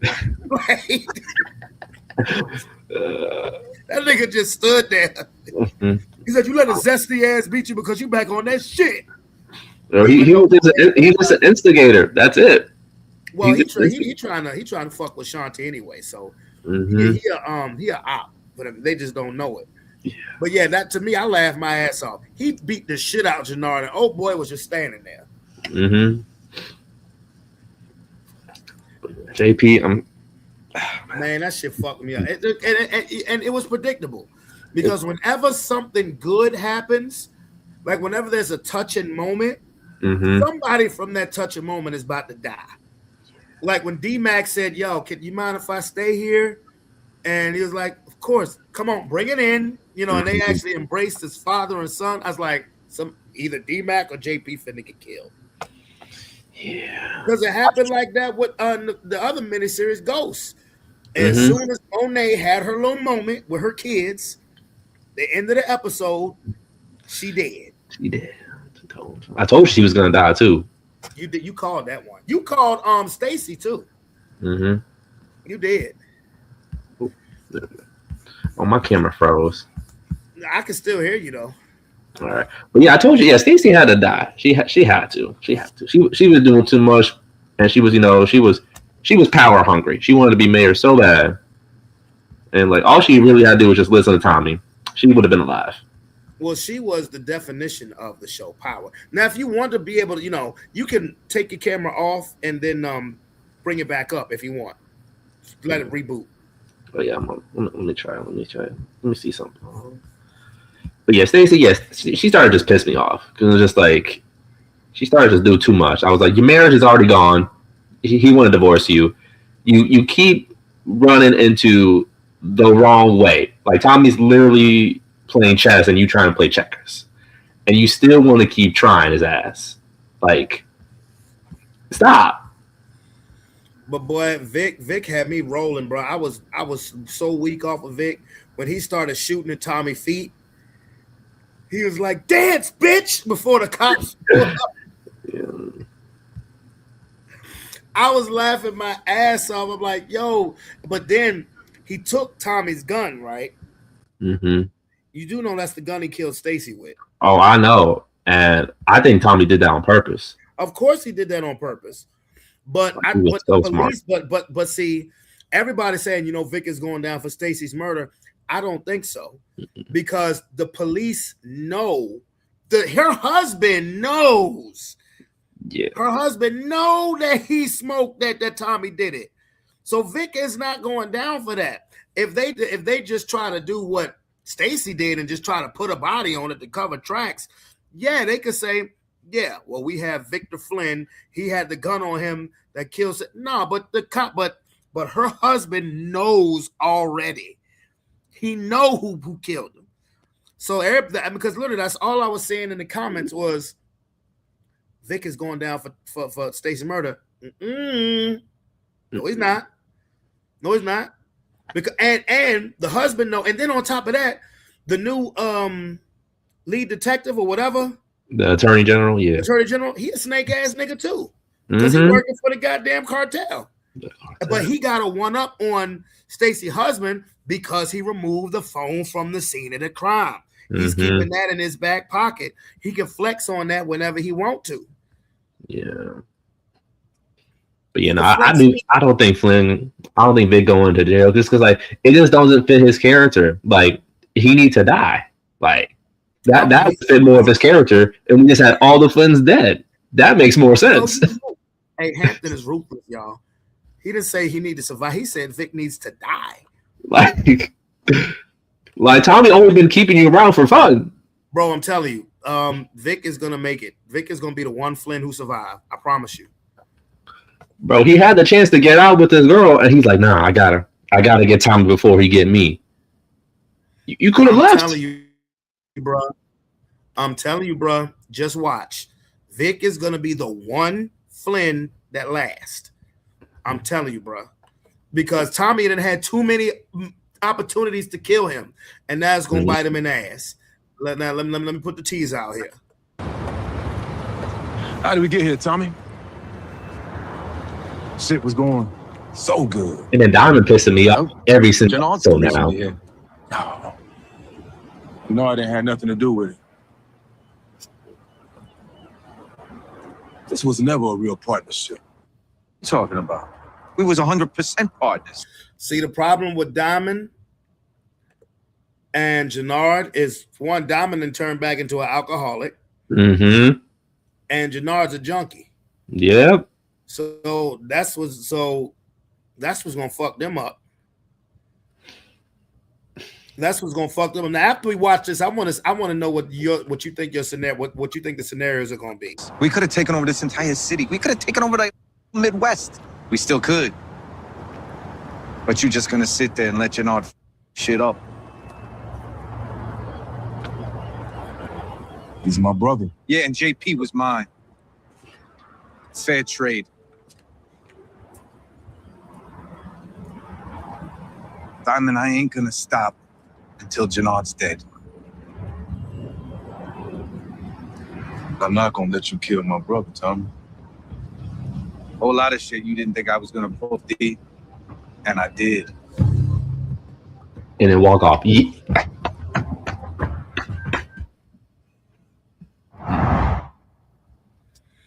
If I was Tommy, I wouldn't even said that. When he said, "I'm not gonna let you kill my brother," I would have said, "But your brother," just like you said, JP was my brother. Now he couldn't say, "Would you let Jannard kill my brother?" because Diamond didn't know nothing about that. Mm-hmm. But he could say, "But your brother killed my brother." Again, fair trade. And I swear, ain't shit. Hell hath of no whatever fury, unlike a woman scorned, because Shanti, that bitch, is cold-blooded. I was rolling the last episode. I'm like, Shanti mixing everybody up. She was like, I'm making sure I'm not killing nobody. I just want to watch. She got the popcorn in the back and everything. I'm like, cold-blooded. She told Diamond, Jannar was plotting to kill you, knowing it was her idea for starters. Knowing it was her idea. Shanti is cold fucking blooded. Now, how do you think this is going to play out? Okay, honestly, the Sampson brothers, neither of them are making it. They both got to go. Both of them. Like, it can't even be just Jannar, because Diamond still is like you said, like, he back to drinking again, but he's still money hungry. He wanted to add, like, he's so, like, Jannar is so up in his ass now, and he's like, Tommy is literally, he was exactly right. Like, it's been a partnership. Anytime Tommy made a move, he made a move to benefit everybody, but he was like thinking like, oh, this is like a quick time decision. I'm going to just make it, but it's going to benefit everybody. Diamond just made moves off of just like reflex, didn't really think about it, or it's because he had Jannar in his ear. But then Jannar still made moves without Diamond and then just try to justify it. Tommy at least brought in bread and didn't really do any harm in the way. But Diamond was act like this was never a partnership. He grew what you had at CBI as to the coalition, which weighed way more money than you ever did. But it wasn't a partnership with Tommy. Come on now, Diamond. That made no sense. And then Jannar been hating since episode 1. He's just been a hater. Yeah. And it was news like coming to this season, like, oh, he really is like a junkie. Like he never wanted to stop. Yeah, still doesn't want to stop. Yeah, he's a junkie for real. Mm-hmm. So yeah, Jannar kind of he need to go through. I saw someone though, they made a comment and they were like, they think Diamond gonna kill Jannar. I don't see that happening at all. Like yeah, they're gonna fight each other, but I don't think they're gonna kill each other or one of them's gonna kill the other. I just think like that would just make no sense to end it like that. Right. But Jannar, he definitely need to go first because he did kill JP, and Diamond does need to serve up a body to Tommy, and the only body Tommy is going to like be okay with is Jannar. So it's either you serve him up or I'm gonna kill him myself. Tommy gonna be on. I'm gonna kill all of y'all type shit. That's what I'm hoping happens. He's gonna at the next episode. Tariq. Well, it's 2 episodes left, right? It's 2 episodes left. Oh yeah, Tariq not gonna come into like the last episode. I can already see that. He's not gonna be in that next episode at all. He's gonna be like in the very last episode. So that's how you think it's gonna play out? Mm-hmm. Yeah, but Tommy gonna live. Maria, she gonna live. Miguel, he gonna live. Shanti, she gonna live. But the Sampson brothers, they dead. Vic is either escaping with his girl or he dead. Okay. All right. We're gonna revisit this. Mm-hmm. All right. Now, I think that for one, as far as Diamond goes, I kind of low-key feel bad for Diamond because Diamond's caught in that place where, okay, yeah, while Tommy has made me more money with CBI, Tommy did do some shit behind Diamond back before Jannar got back in the picture, like fucking with Miguel's sister. Like he told him off dick that was off limits. Tommy just didn't listen. He got to play the game though. Like as soon as she said, "You don't want to know me," I got to know you now. But see, he knew that was going to start a war though, and at the same time, Diamond doesn't know that really. Diamond didn't know that Jannar and Shanti was plotting to kill him. You know that the whole D-Max situation with Kilo, that was D-Max stupidity. All jokes aside. Yeah. That was now Diamond and Jannar plotting to get him killed was fucked up. Mm-hmm. That was D-Max. That was D-Max stupidity though. D-Max shouldn't have did that. Now, as far as now, Jannar gonna get got, and I'm gonna tell you who I think gonna get Jannar. I don't think it's gonna be Tommy. I think it's gonna be D-Mac. I think D-Mac gonna get him. He killed his father. He killed his father. That's true. That's true. I understand that's Tommy's brother, but Tommy ain't only known JP for 3 seasons. He only knew he existed for 3 seasons. But he felt him die though. Oh, he fell to his knees. No, because now Tommy found a whole new family he knew he didn't have. Mm-hmm. But bitch, you killed my daddy, nigga. What? You came here looking for me, and you killed my daddy because my daddy beat your ass because you tried to, because he was taking up for me. Mm-hmm. He beat your ass because he, for one, that's his son, but two, he felt less than because Tommy fought for him first. Mm-hmm. You know what I'm saying? You saw how he felt when he said, yo, but Uncle Tommy, he knocked Diamond big ass day. He was like, what'd he say as soon as he was getting his fist checked out? I couldn't have my son's uncle doing shit that his father was supposed to do. Mm-hmm. You know? So I think D-Mac gonna clip Jannard. Oh, yeah. Okay. I think D-Mac gonna clip Jannard. I think Shanti dies too. Because Shanti is playing both sides of the fence. Mm. That's a dangerous game. I don't think, like you thought the Diamond's gonna kill Jannard. I don't think so. I do think they're gonna fight though. I do think they're gonna fight, and they're gonna have, because I think one day Diamond is gonna confront Jannard about what Shanti told him. And I think Jannard is gonna come clean and be like, yo, yeah, I was, but it was her idea.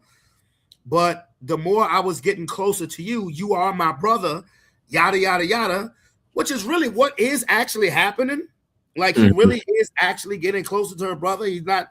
I was noticing this at the beginning of the season. I was like, yeah, one of them. I was thinking that either Jannard and Shanti one of them was going to take each other out, because I was like, Jannard is kind of falling back into the little brother mode. Like, he really loves his brother, even though he getting back on that shit. And Shanti she cold-blooded. So I do think Diamond and Jannard are going to have a fallout, but Jannard is going to tell Diamond, yo, that was the original plan. I think he's going to come clean with him. That was the original plan, but it wasn't my idea. It was Shanti's idea. I couldn't do it because you're my brother. And Diamond is still going to be some, man, nigga, get the fuck away from me. I can't trust you type shit, which I would be too, put in that situation. But I think Shanti's going to die, because another reason why I think Shanti going to die is I think that if she sees Tommy getting the upper hand, I think she may fuck around and try to kill Tommy, because she really wants to run the shit. She wants to be in control. She wants to be in control of all the shit. I don't know who's going to clip her. It may be, it may be Diamond, because I think D-Mac getting Jannard. But it may be Diamond who clips Shanti. He gotta get Jannard. He gotta get Jannard. Yeah, it may be a Diamond who clipped Shanti, or that could be who Tariq come out of the woodwork and clip. Well, I know, like, Tariq gotta get someone, because he can't fight. So he can't fight off. I see Tariq and D-Mac linking up on some shit. I thought D-Mac was gonna die like 5 episodes ago. He a survivor. He is a survivor, bro. I thought D-Mac was gonna die about 5 episodes ago. Bro, he making some videos in real life.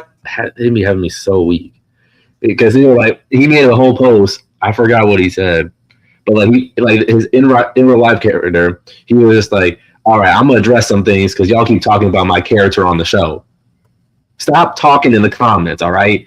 You're going to watch this gangster shit, okay? I was like, you know what? He a gangster in real life, too. No, he's not. I saw an interview with D-Mac. That nigga was so Darnell when he was talking to the camera. They didn't have the ego when Kilo was looking through JP's phone, and he was like, I'm looking for D-Mac. And it says Darnell right there. And they don't know D-Mac's real name. He was like, man, me and my family, we used to watch Power. We watched it ever since the beginning. That was back when I was in high school. We used to watch every episode. Like, he was so bright-eyed and bushy-tailed.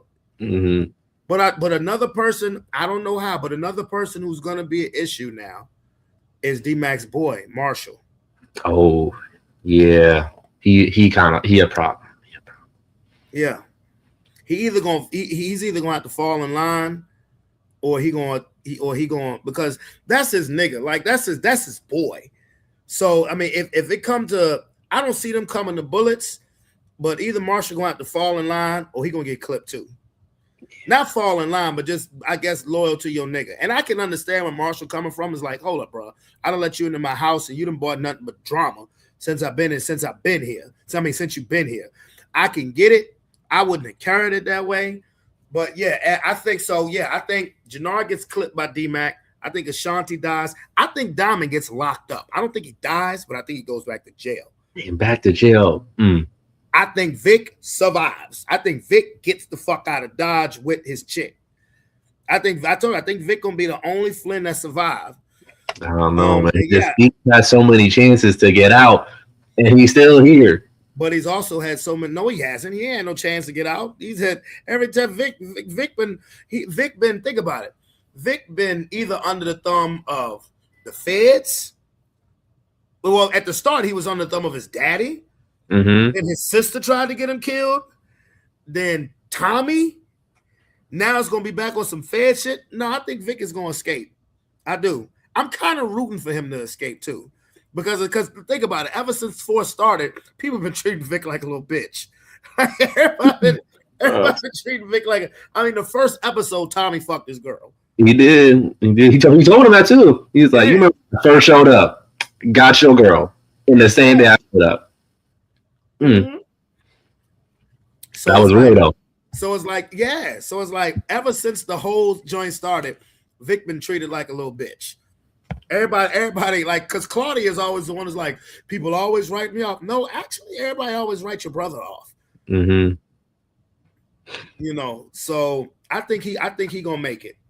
I do. I think he's gonna make it. I think Diamond goes to jail. You know what will be a trip? Well, it will be a motherfucking trip if Tariq showed up with Kane, because Kane is on the run. Okay, but hear me out now. Tariq shows up with Kane and Ghost. They say Ghost is supposed to be coming back. That's what they're saying. I heard it too, but I'm like, but Ghost gonna come back as an actual Ghost. Remember how they had 50 in them shit coming back to talk to Tariq? Heard that. So I think it's gonna be like brand new. You're gonna see Ghost, but you're gonna see Ghost in the role as an actual Ghost. But what if Tariq show up with Kane, and once all the dust clears, Tariq is like, "Yo, I'm going back to New York." Mm-hmm. Tommy, you and my cousin, because that's how him and D-Mac gonna see each other. Mm-hmm. You and my cousin, y'all need another partner? Kane. You ain't never coming back to New York.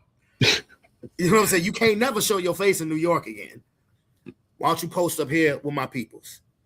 Think about that. Yeah, I kind of like it. I have with them is because if he show up with Kane, Braden, and Effie. I was about to bring up Braden because maybe not Effie, but Braden a crash out. So bring Braden because Effie is hardcore, but that's Kane chick now. That ain't Tariq chick no more, bro. That's Kane chick. That's Kane chick. Mm-hmm. That ain't Tariq bitch no more, bro. That's all Kane. Mm-hmm.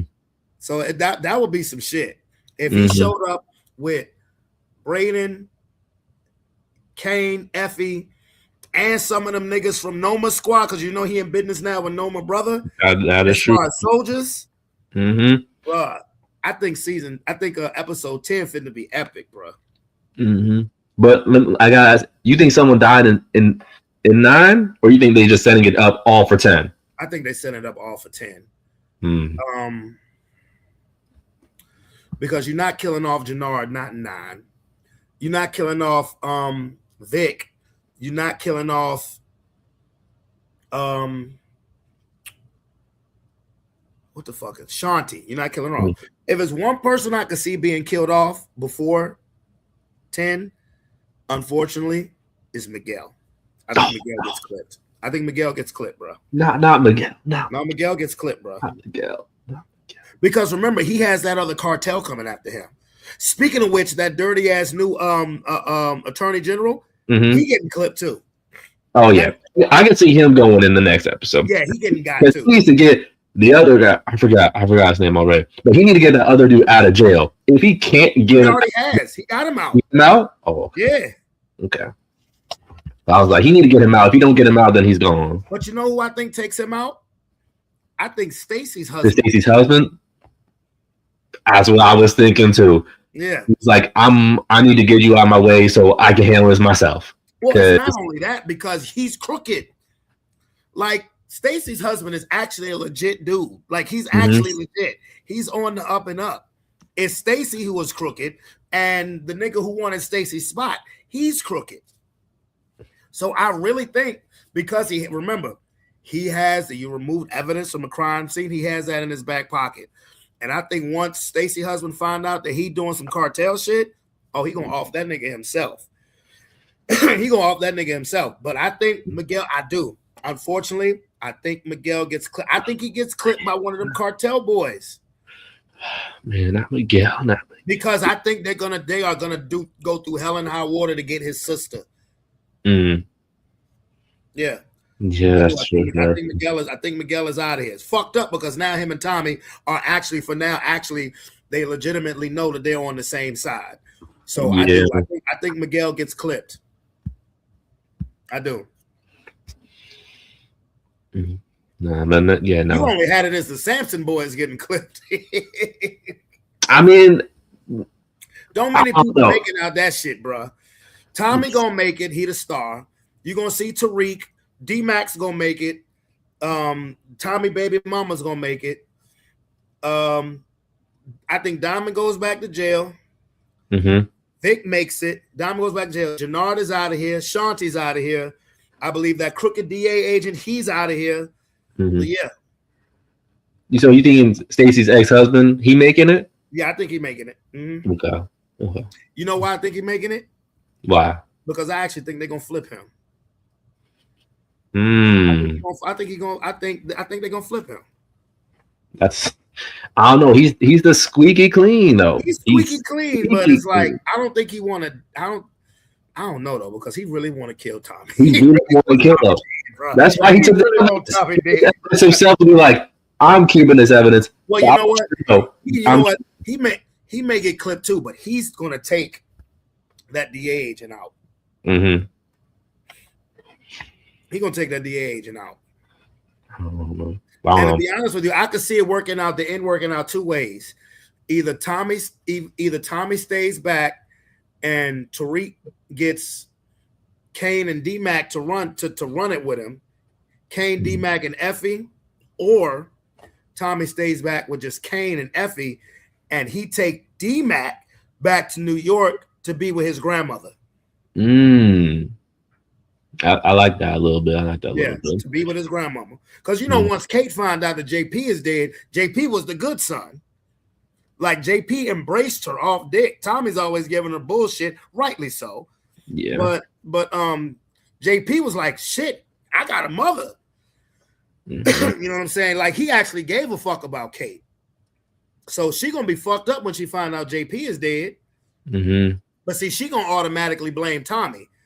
And I think it's gonna be D-Mac to tell her, nope, Uncle Tommy had nothing to do with it. The people were looking for me. He stood up for me. Yeah. So I could see D-Mac going to New York with Tariq, being in the business, but also staying with his grandmama. Yeah, that'll be good for him because he's not completing school. So it doesn't. He could go to school with Tariq and do the same shit.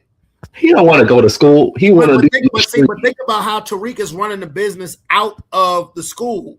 And they already said how high D-Mac's SAT scores was. That'll get him into that school. I could see D-Mac going with his cousin Tariq, getting into school and still being able to do the business. And that way his girl will be happy to see that he's going to college. And he could still be doing the life. Yeah. And instead of Tariq having to worry about Braden, well, no, Braden will still be there. But now you got another dude who's just as intelligent, because D-Mac for real is just as smart as Tariq. Yeah, no, D-Mac's smart, and he actually kind of D-Mac is a natural killer. He actually better than Braden because D-Mac ain't on no stuff. Braden gets high on the product. Like exactly. Like D-Mac is smart. He may be smarter than all of them, but he a thug. He impulsive though. He is a thug, but see, Tariq is a manufactured thug. D-Mac is he a natural thug. Like, that's what that like. Remember, Ghost and Tasha tried to keep Tariq away from that shit. D-Mac was like off bat, nigga. What? This is the fuck who I am, bro. Yeah, this the fuck who I am, bro. Like what? Yeah. He's like, you ain't gonna keep me from these streets. I'm in these. I give you one more person who could come, who may be rolling up with Tariq. Tasha. Don't say.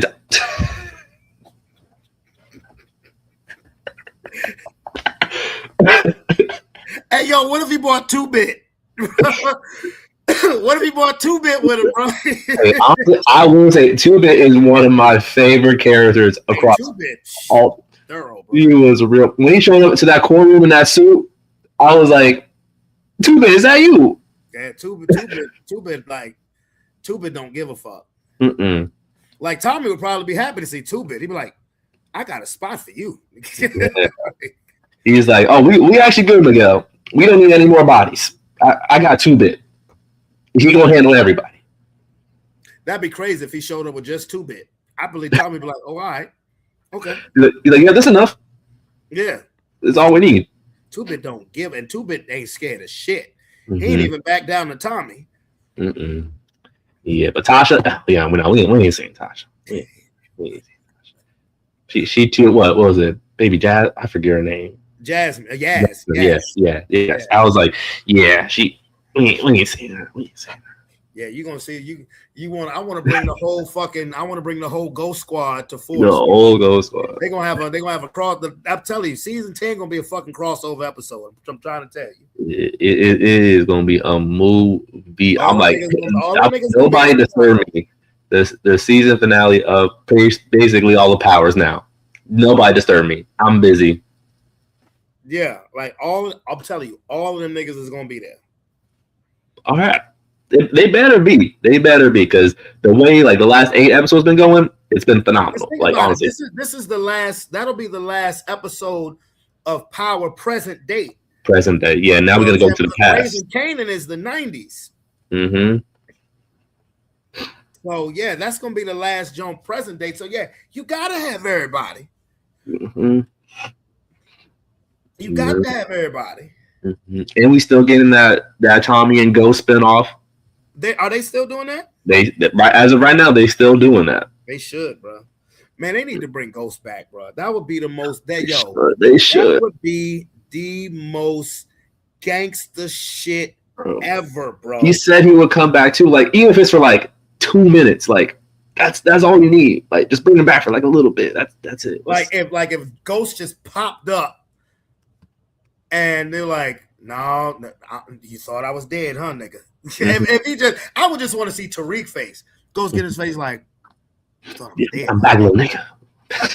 Like if Ghost showed up and he was actually alive, I'll be like, and he looked at Tariq, I'll be like, kill that nigga. Mm-hmm. I'll be like, shoot. Matter of fact, don't kill him. Just shoot him within an inch of his life. He just like, I'm the real Ghost. Be like, who's your daddy? I'm still your daddy, little nigga. I'm still your dad. And just look at Tosh and be like,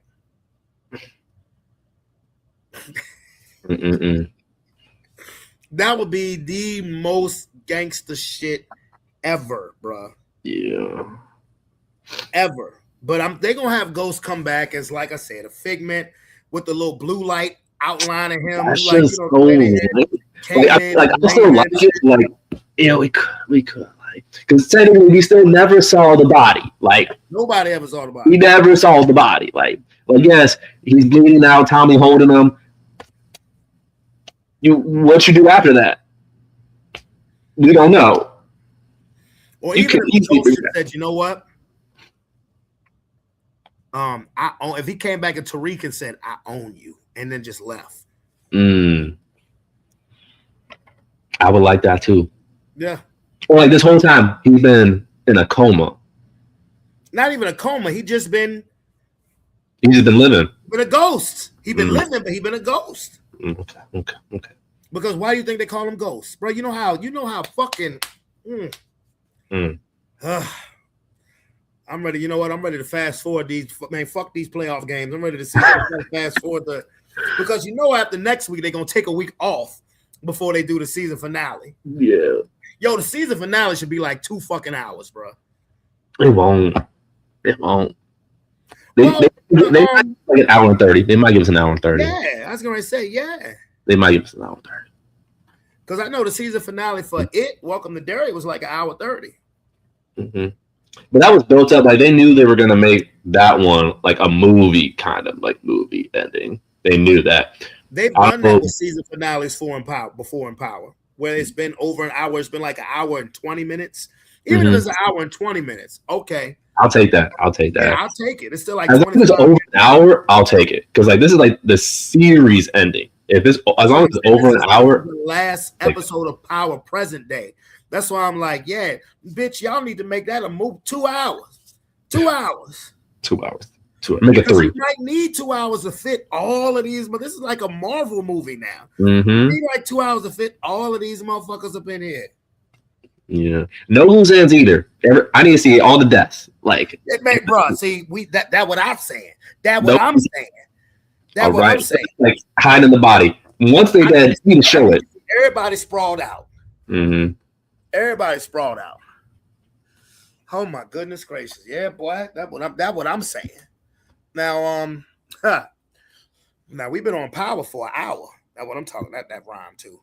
So, one thing I gotta talk about and leaving out of this 2025 is relationships and shit. Mm-hmm. Got any goals for 2026 as far as relationships in this a relationship with myself? That's what I got planned. Relationship with yourself. Please elaborate. Yeah. I got goals on my own health. Focusing on me. My okay. Keep talking. Like my patience. Don't mind my camera being off. Keep talking. Like I think I was agreeing with like what you were saying earlier. Like going into the new year, like not really doing like resolutions and stuff. Like if I want to do something, I'm just saying I'm gonna do it. Or like if I'm like, oh, people are like, oh, you students like day one starts in the new year, I'm going to the gym every single day. If I want to say that, I'm gonna just say that now and then just start going to the gym every day after that. But I definitely want to start focusing more on like my own health. So I think I've been putting on like, I coach a lot, but like I've been putting off not doing like physical activity just for like purely me. So I think I want to get back into that going into next year. So I'm going to try to get more cardio in, and hopefully my goal for next year is to do a race that's longer than 10K, because as of recently, I've only been doing like a couple miles here and there. I've done 5K races. I've done 10K races. Okay. I'm not going to make a big leap and say I'm going to do a whole marathon next year. But like if I do that, shout out to me. But I'm going to do a half marathon next year. And then I want to get back into like playing more recreational soccer. I think like with the World Cup being next year, that's very big. So like everyone's talking about it. So if I can take that, because I used to do pickup a lot, like at least like once or like every other week, I would just go out with a couple of friends and we would play pickup soccer. Haven't been doing that at least like this latter 6 months. So like if I can go back and then go into like next year and like maybe doing that like on a more consistent basis, like as long as I'm getting like my own form of exercise for myself and not like anyone else, I want to put more focus and putting more energy into that. And then I think the World Cups was this year. Yeah, World Cup is going to be huge. It's going to be huge. I'm telling you, like they just did the draw for the World Cup. Like I want to say it was like 2, maybe 3 weeks ago now. America got a really good group that they should win. So as long as they win that group, they should easily make it into the next round of the World Cup. And they got at least a chance of making like past like 1 or 2 rounds before they realistically get knocked out. But Keith was telling me 2 years ago about wait, the World Cups is every 2 years, right? every 4. Every 4. No, was it 4 years? Damn sure was. They also do Olympics though, so like that's another thing. No. But Keith was telling me I think it was 2021. Because I'll be forgetting how long I'd have known Keith. He was telling me about how lit the World Cups were last time. Yeah, no, it was really good. It was like, because he was telling me, he's like, I ain't into soccer like that, but these World Cups was off the chain. Like last year was like a really big one because like our two like who the 2 biggest like athletes are right now, right? Messi and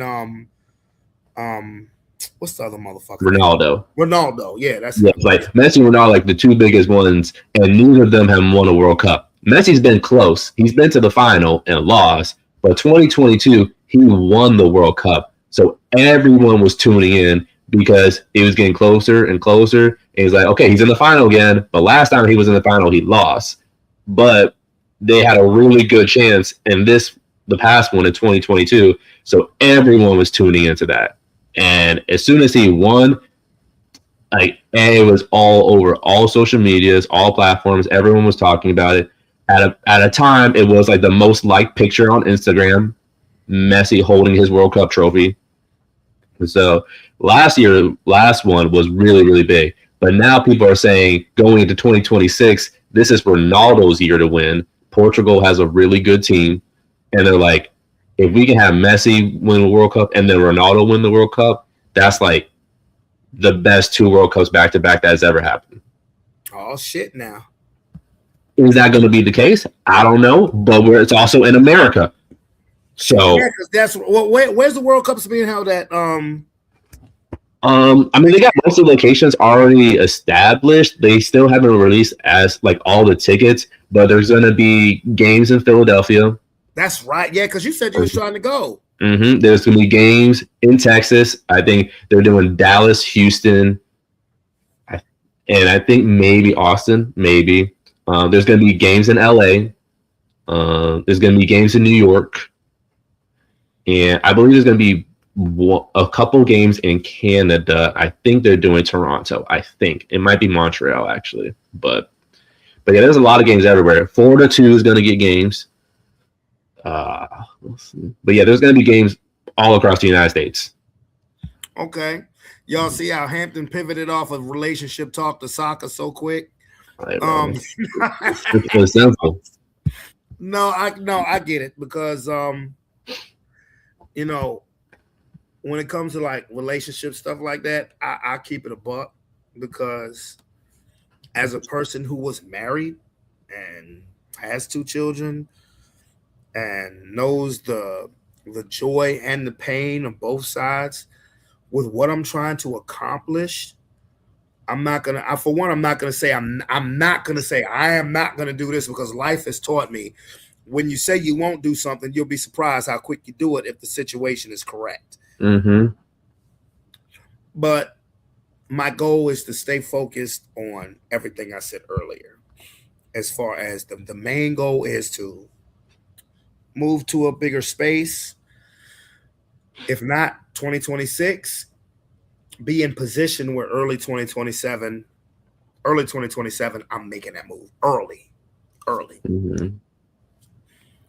Basically saying is if I don't have a house by the end of 2026, I'm going to be moving to a bigger apartment in 2027. That's basically what I'm trying to say. And staying focused and not having distractions is a great thing. Is it lonely? Yes. I won't hesitate. Yes. It's lonely. I'm a man. I'm a man needs. It is what it is. Did you hear about Nicki Minaj? I heard some murmurs, but I'm like, I didn't like pay attention to it. Okay, so Nicki Minaj went on Erica Kirk's platform. Yeah. Erica Kirk, the widow of Charlie Kirk. Mm-hmm. And she, gave her opinion on things. And now this is what trips me out about, I'm going to say this. This is what trips me out about our culture, about black people. So black people is ready to cancel her. She's lost over 10 million social media followers. Okay. And my thing is, why? See, this is how you know motherfuckers don't pay attention. This is how you know people don't pay attention. Because Nicki Minaj said in a rap lyric of hers in 2024, in 2012. In 2012. Nicki Minaj said in 2012 in a rap lyric on a Lil Wayne song on Dedication 4 that she was a Republican and that she was voting for Mitt Romney. And this is when Mitt Romney was running against Barack Obama. See, and for whatever reason, everybody has forgotten about that. And even still, and yes, I'm going to give myself some credit for this, I'm the only platform that has pointed that out. This article I just pulled up, Hampton, is from September 4th, 2012. You see it. Dedication 4, Nicki Minaj, pro-Romney lyrics, rapper rhymes for Mitt Romney. Look at the date, September 4th, 2012. Nicki Minaj made headlines on Tuesday, and this time it wasn't for her arguably misogynistic lyrics. The rap princess spits a line on Lil Wayne's track Mercy that has the media in a full-on tizzy. I'm a Republican voting for Mitt Romney. You lazy bitches are fucking up the economy. So, with all due respect to Dr. Umar, who breaks things down brilliantly, like I be trolling Dr. Umar, but it just be about that donating, always asking for money for the school that I doubt is ever going to open. But when Dr. Umar talks about the actual factual shit, he's brilliant. He's brilliant. But like he was talking about this on the Art of Dialogue. Have you ever watched the Art of Dialogue? I have. Yeah. He was saying how Nicki Minaj is on the Donald Trump bandwagon. No, Dr. Umar. This is her. And why I'm saying, why are you canceling a black community? Why are you canceling her? Because this is her preference. She prefers to be a Republican. That's her choice. She has the right to make the choice. Half of the stuff that she said at Erica Kirk's little platform, I agreed with. Do I think the message should have been coming from her? No, not at all. Especially when they talk about Christianity and this is and I have sympathy and empathy for Erica Kirk because I don't believe Charlie Kirk should have lost his life in that fashion. I don't celebrate it. I don't troll it. No, that was awful. But I will say this. I don't give a fuck about what Charlie Kirk said. Because Erica Kirk likes to say, well, Charlie would have always said, I don't care what Charlie would have said, because what Charlie said was divisive, it was misogynistic, and it damn sure ain't have nothing to do with Christianity. Not Heavenly Father Christianity, not at all. So I could give a damn what Charlie Kirk said in his message. So when I hear them saying, we're doing this for the Lord, what Lord are you doing it for? Where you're glorifying a racist, misogynist, arrogant message deliverer like Charlie Kirk, like his messages were. I don't know if somebody was pulling his strings, probably was, but them's be the breaks if you let somebody pull your strings. But with that being said, that's the part that makes me giggle the most, is the whole talk of Christianity, knowing that Nicki Minaj been on the most devil-laden videos in her music career. But I agreed with half the stuff she said. So, and the fact that when I look at the Joe Budden podcast and all this other stuff, Breakfast Club, I am done. Why? This has been her. See, and this shows you how much, Hampton, how when we like somebody, when they do something that doesn't agree with the masses of our community, it go right over our head. You see the date of this post. This was 13 years ago. And that just went over everybody's head. Yeah, she was running against the actual black president and said, I'm not voting for him. I'm voting for the other guy. That went over everybody's head. It's gonna go right on my head. Like, this has nothing to do with Donald Trump. This has nothing to do with Donald Trump. Everybody's making this, she's on the Trump bandwagon. No, she's not. This is who she is. And for that to be her political preference, okay. It is what it is. See, as much as we don't like to admit it, and you're younger than me, you're 25 years old. So I love to hear your opinions on things like this because when this came out, you were 12. When that came out, you was 12. The political climate is gang warfare. That's what not everybody wants to admit. All politics is, Republican, Democrats, is gangbanging with a collar on. You rep your set, I rep my set. You red, I'm blue. And to me, the political climate is nothing more than WWE. Because they could talk all the shit they want about each other. They'll go out and eat with each other the same night. Because at the end of the day, each side, quote unquote, wants to make sure they right with the money. Each side has an agenda. Quiet as it's kept. Each side has strings are being pulled. So black community wants to go and say, we're canceling Nicki Minaj. For what? Why? Because she doesn't agree with, just because I'm black doesn't mean I have to be a Democrat.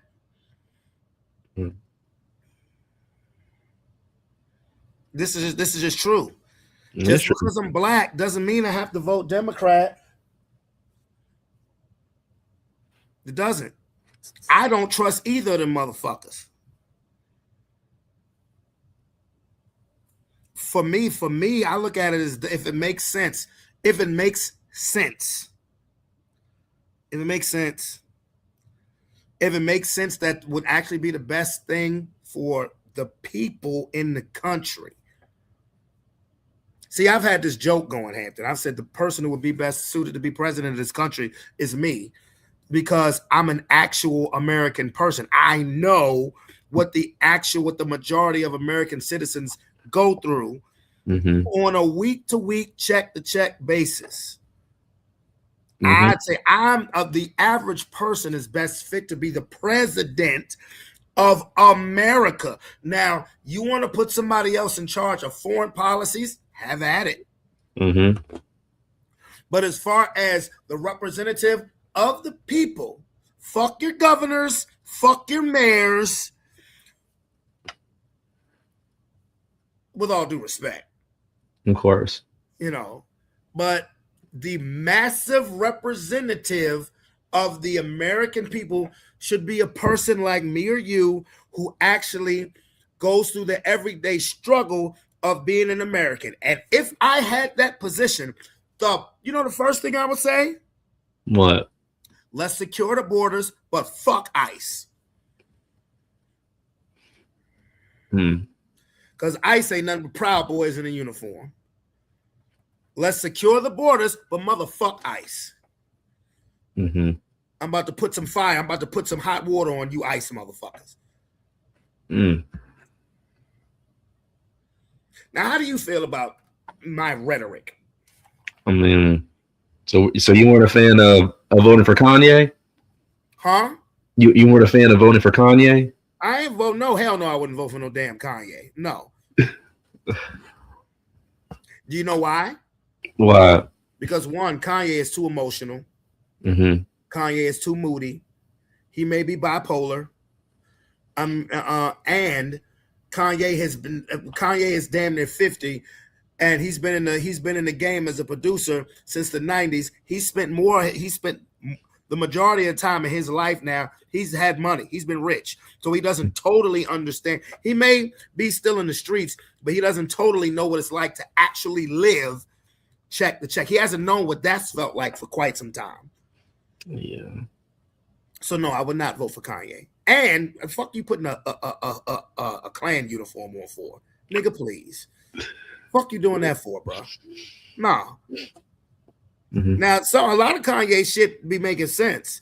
You know, I understand how the media can be turned against you and the narrative can be changed. A lot of the shit Kanye said makes sense. Fuck you putting on a Klan uniform for, though, nigga. That's just dumb. If I ever thought about voting for you, went out the window with that shit. Yeah. This ain't Black Klansman, motherfucker. Mm-hmm.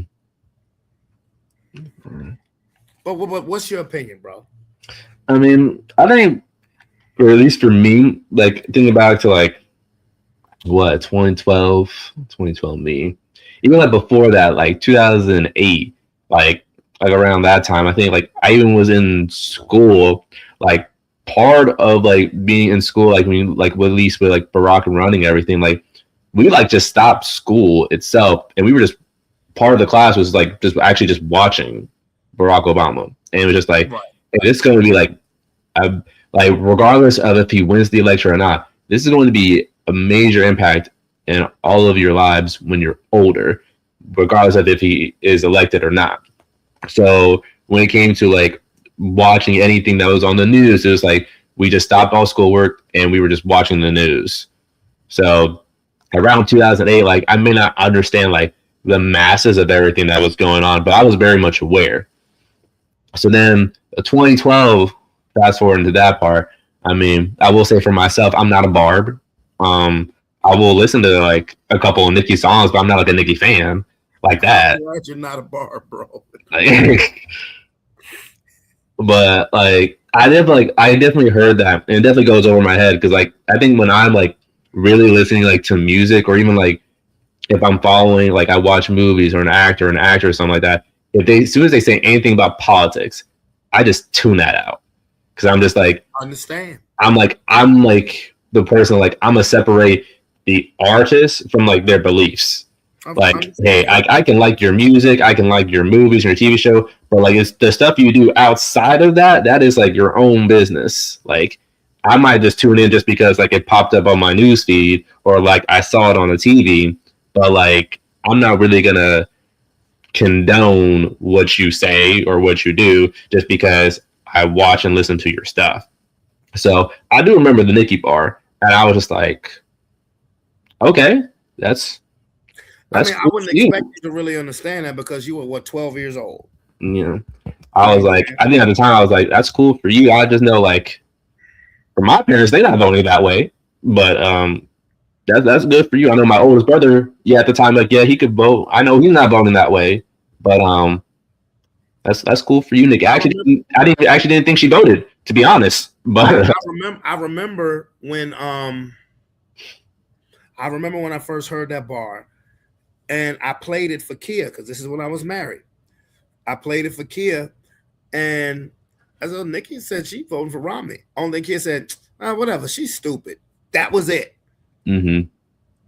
But the next day, playing Nicki tracks, it totally went over the head. Mm-hmm. And that always stuck with me. So when niggas was like, cancel Nicki Minaj because she was on Erica Kirk, I'm like, wait a minute. I was like, wait, whoa. This is not new. And again, I will say this. I'm the only, I've listened to a lot of platforms talk about this because I'm like, how the fuck are y'all missing this? This happened in the social media age. How did nobody pay attention to that fact? I didn't get it. So it's like, I don't like the whole cancellation stuff. And I hate cancel culture anyway, first of all. I don't like cancel culture anyway, because to me, cancel culture is just another way of trying to get everybody to think the motherfucking same. Yeah. Yeah, I don't like cancel culture anyway. But it's like, okay, again, just because you black, and man, Nikki's from the islands. I saw a joint where they said niggas is trying to get her deported. I'm like, what the fuck, man? Like, y'all doing too much. No, the bars would never let that happen. May please. She done lost $10 million of the barbs. But those other ones, the fact that they still there. Well, all I'm trying to say is that this ain't got shit to do with they trying to make this about Donald Trump. This don't have nothing to do with Donald Trump. This is her preference. This is her preference. And people need to get the fuck over it. Get over it. Mm-hmm. Nicki Minaj is a Republican. Get over it. Nicki Minaj said she was a Republican back in Lil Wayne Dedication 4 mixtape that came out in 2012. Let me pull the motherfucking article up one more again. If you look at the date that says September 4th, 2012, get over it. Mm-hmm. And I'm not saying this because I'm a Republican supporter. I'm not. Even though my grandfather was the Jackie Robinson of Republicans. And I'm not being funny when I say that. My grandfather, Clarence L. Towns Jr., was the first black man ever invited to the Republican National Convention. This is a fact. My grandfather has a street named after him in downtown Richmond. This is a fact. That has nothing to do with why I'm saying this. I never discussed politics with my grandfather because I didn't give a fuck about it, to be honest with you. I didn't care personally because I knew at that point in my life, and he passed in 2017. I knew at that point in my life, I wasn't on the level to talk politics. I could discuss it now because I'm a free thinker when it comes to that, and I don't like neither of them. Now, while my grandfather was the first black man at the Republican National Convention, he also was right at the Democratic. He was right there at the event when Barack accepted his nomination to be president of the United States. That's the history. Like, so when you say that you watched that when you was in school, I would think so. Mm-hmm. Because shit, when I was in high school, they had us watching the presidential debates, and I was between two white men. Of course, you're gonna have it when it's a black guy. It's something that nobody had ever seen before. Mm-hmm. But I think people are just ODing over this whole Nicki Minaj shit. You know, I think that while I agree with half of what she said, I think her being the messenger was not necessarily, you know, she may be just the wrong person to be messenger. But nobody cared about what she said in 2012 because everybody was too busy looking at ass and titties. Yeah. And if she stand up, you still gonna be looking at ass and titties. And they put together. So you know, there's a questionable authenticity there. But anyway. Oh man, it's been fun, man. Have you enjoyed yourself? Oh, of course, man. Of course, man. We still didn't even talk about relationships. I did talk. Oh, well, I said all I needed to say about relationships. Okay. I mean, what do you want me to say? These bitches is crazy. That what you want me to say? Yeah, I mean that should have been the tagline. Actually, that should have been the tagline. These bitches is crazy. Well, look at the bar. Look at the bar. I see it. Look what I have written in the bar. I mean, honestly, that is true. I think like that is like my main thing. Like, yes, I want to work on myself. I'm like, I don't want to keep like inviting like anything that's gonna like fuck up my peace. Because I'm just like, I don't know. Like, I feel like I work a lot. Like, yes, like what I did, like it shows like, oh, I'm clearly doing something right. But like, I'm putting in a lot of effort into work. Like, yes, I'm glad it paid off. But it's like, I don't want to put in all that extra effort that I'm doing like in like my work itself. And yes, I want to work on myself always, like trying to always be better. But then like not having anything to like bring that peaceful energy, or like a calmer presence. Absolutely. Like, I'm like, if you're not going to like be a calm presence, or you're not going to be like, a welcoming presence, and it's just like, do you want this? Because like I'm cool with just like not being here at all, but you want to make it seem like you want to be here, but I don't feel like that at all. Like, hey, you've been in a relationship more recent than me, bro. So I don't know, bro. Like, I mean, if that's in the cards for 2026, if that's his plan for me, then okay, I will be, a willing participant. I will, I'm not just gonna like shy away from it, but like it has to be right for it. Like, I'm not gonna go out of my way, go above and beyond, because I also feel like if I meet someone, I feel like I'm just like authentically myself off rip. Like, whether you see it as like a friendship or something more than a friendship, I'm myself just off rip when you meet me. Like that's the way I feel. Now, that's not the way I always carried it. I always, there was a time period where I carried it like most others.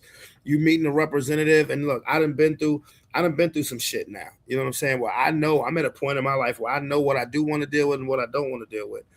And over my divorce and then my relationship after that, which was that's all I got to say about that. I'm not going to for one, I have standards. And I know realistically that those standards could lead me to being by myself for a little while. And while it gets lonely, it's okay, because the whole fucking with my peace thing. That what I wrote in that bar says it all. I love to love. Trust me. I love, there was a point in time where, I was young and sometimes full of myself and not really appreciating it, but everybody makes those mistakes, especially when you're younger. Everybody makes those mistakes. But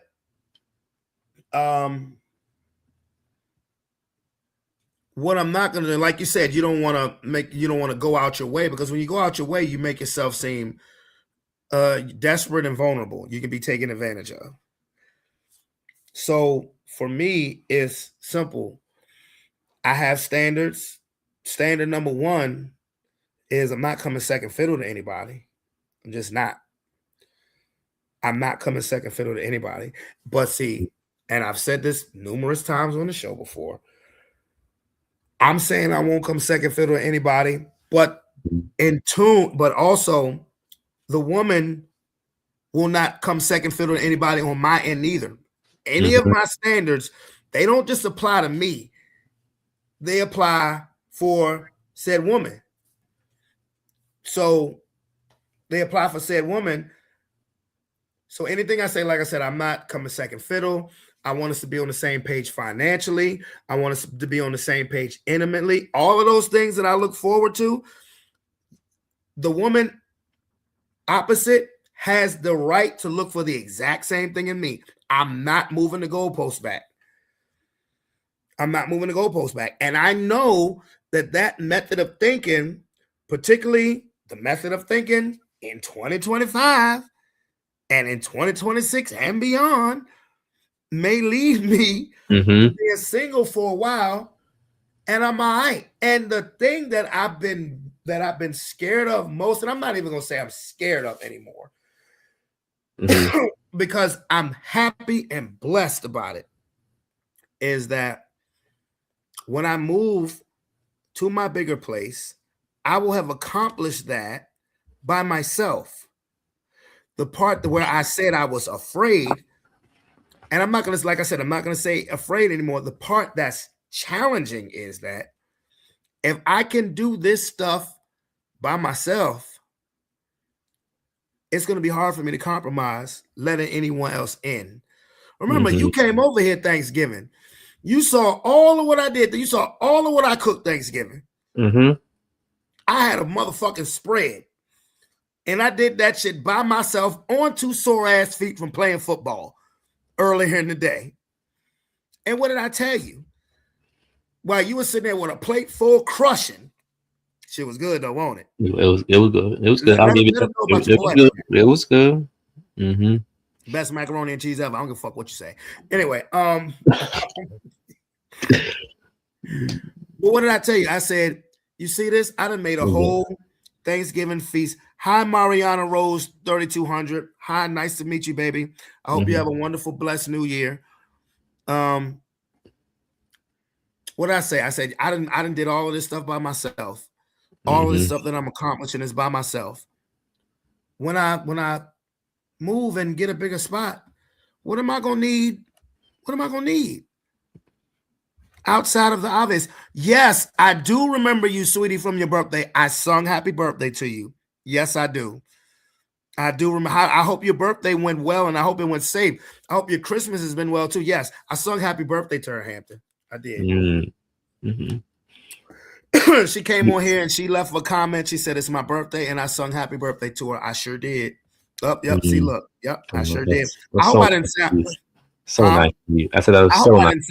Mariana, I hope I didn't sound terrible. I hope I didn't sound terrible, baby. I hope I sounded pretty good. That'd be messed up if she put, yes, you sounded terrible. No, I'm just joking. No, but I'm being dead. But like, as far as what I said before then, I'm being dead serious. Yeah. I'm like, if I can do all of this stuff by myself, do I want to? No. But you said you will like and send the heart. Bless you. I love you. I love you tons. I really do. I love you tons, Mariana. We do. I love you dearly. And you got a heart coming back your way, baby. But if I can do all of this on my own, what the hell do I need? Somebody coming and trying to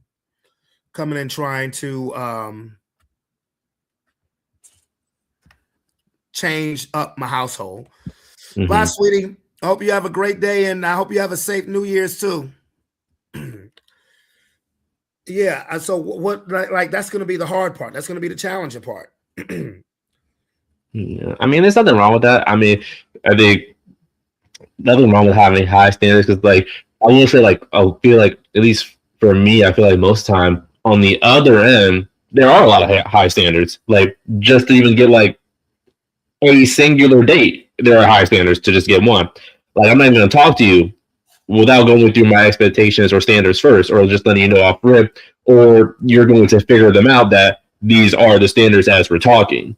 Absolutely. So, like, to have it on your own end, I feel like there's nothing wrong with that. Like, you have your own life set up, you got kids that you also are taking care of, and you got your own dreams and goals that you want to achieve. So there's nothing wrong with having your own standards to set that away. Be like, hey, even if I'm inviting you into my life, this is something that you're not taking away from me, because it's not even that, oh, you're going to do this. It's like, oh, I am doing this. And nobody is being invited in that's taking anything away from that, nor are you coming into this and like we're doing this like together and like you have a say. It's like, this is what I'm doing, and this is kind of like the process that is already in the middle of being processed. Like, if you and I can work together and like we can kind of reach some sort of like we can kind of flow together, then that's a different conversation. But you're not coming in here and disrupting what's already flowing. Exactly. And when I say I'm not coming second fiddle to anybody, if the next person in a relationship happens to have kids, come on now. I'm not a caveman. I'm not a bastard neither. I'm not a caveman. I'm not a dickhead. Mm-hmm. You know, if you already have kids, particularly if you have kids that still depend on you, you know, that's different. That's different. You know, that's different. But outside of that, and see, that's going to be the hardest part. That's going to be the hardest part, because you meet people and they're already accustomed, or the people that they rock with is already accustomed to them doing things a certain way. You know, that was a big problem in my marriage, bro. That was a big problem in my marriage. And but outside of, if you have, if the next person, they have their own kids and they still depend on you, okay, I get it. Because I have two kids that still depend on me. But outside of that, nah. Because if I'm committing to you, I'm committing to you. And I expect you to commit to me. Not saying that, okay, you got to do what I say and everything else. No. Not saying that. No. But it's simple. I mean, it's not fucking rocket science. I'm not coming second fiddle to nobody. No. If we're having us time and somebody calls you, let it ring. Or text, I'll call you later. Quality time. Unless it's an emergency, naturally. Shit like that. Little shit that people make big shit. Yeah. Things like that. And like I said, I'm a human being, so I get lonely too, but peace of mind is priceless, bro. It really is. It is. Because I remember my last relationship, bro. My last relationship is so crazy. As soon as I helped her get a car, everything changed. As soon as I helped her get a car, everything changed.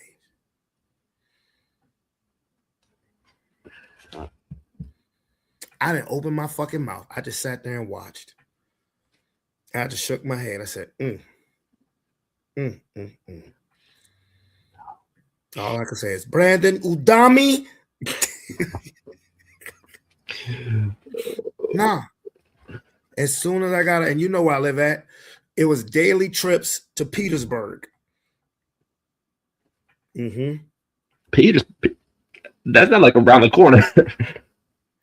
And then, hey, babe, the car messing up. Really? You think?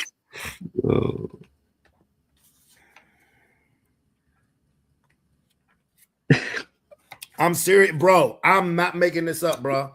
I'm talking about as soon as I helped her get a car, because she couldn't have got the car without me. And again, whatever you need to help you. And the thing about it is, and I will say this, during my marriage, I wasn't always in a financial situation where I could do that. I wasn't, because there were times in my marriage where my mentality was different, particularly early in my marriage. My mentality early in my marriage was, as long as my bills are paid, I don't care if I got any money or not. And I was even struggling to pay my bills. So I was always tight, living tight. Now, in this relationship, at the time, because this is when I was working at Amazon, at the time, that wasn't an issue. That wasn't an issue. And if it's anything I could do to help you, all right. What I'm talking about, nigga, as soon as I helped her get a car, as soon. Oh, I saw it right then.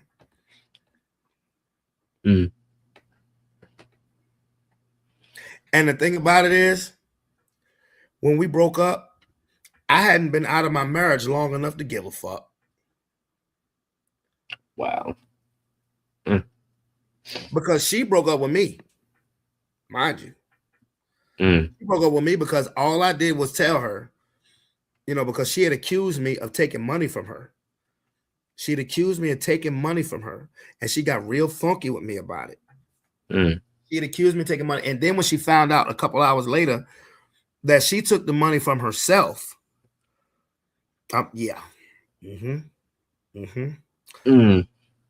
she said, so do you want me to leave? Do you want me gone? I said, no. I said, I want you to get out of this mentality of being petty is the way to go.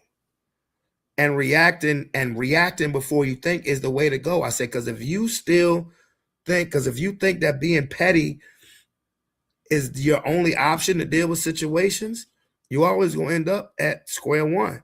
He said, well, I'm not changing, so I guess we broke up then. I was like, damn. Yeah. And I wasn't that far removed from my marriage to give a fuck. Yeah, I'm not gonna lie, I can see that. I'm just like, yeah, I can't do petty stuff either. Nah, man, it's not worth it, bro. That gives you what? A temporary fix. A story to tell your friends. Let me tell you how I got this nigga. But at the end of the day, what did you gain from it? A funny story. A funny story. That's it. Because the way she left my apartment fucked up, I turned that into a funny story. Mm-hmm. And the reason why I turned that into a funny story is because this chick threw away all my remote controls. I thought that was fucking hilarious.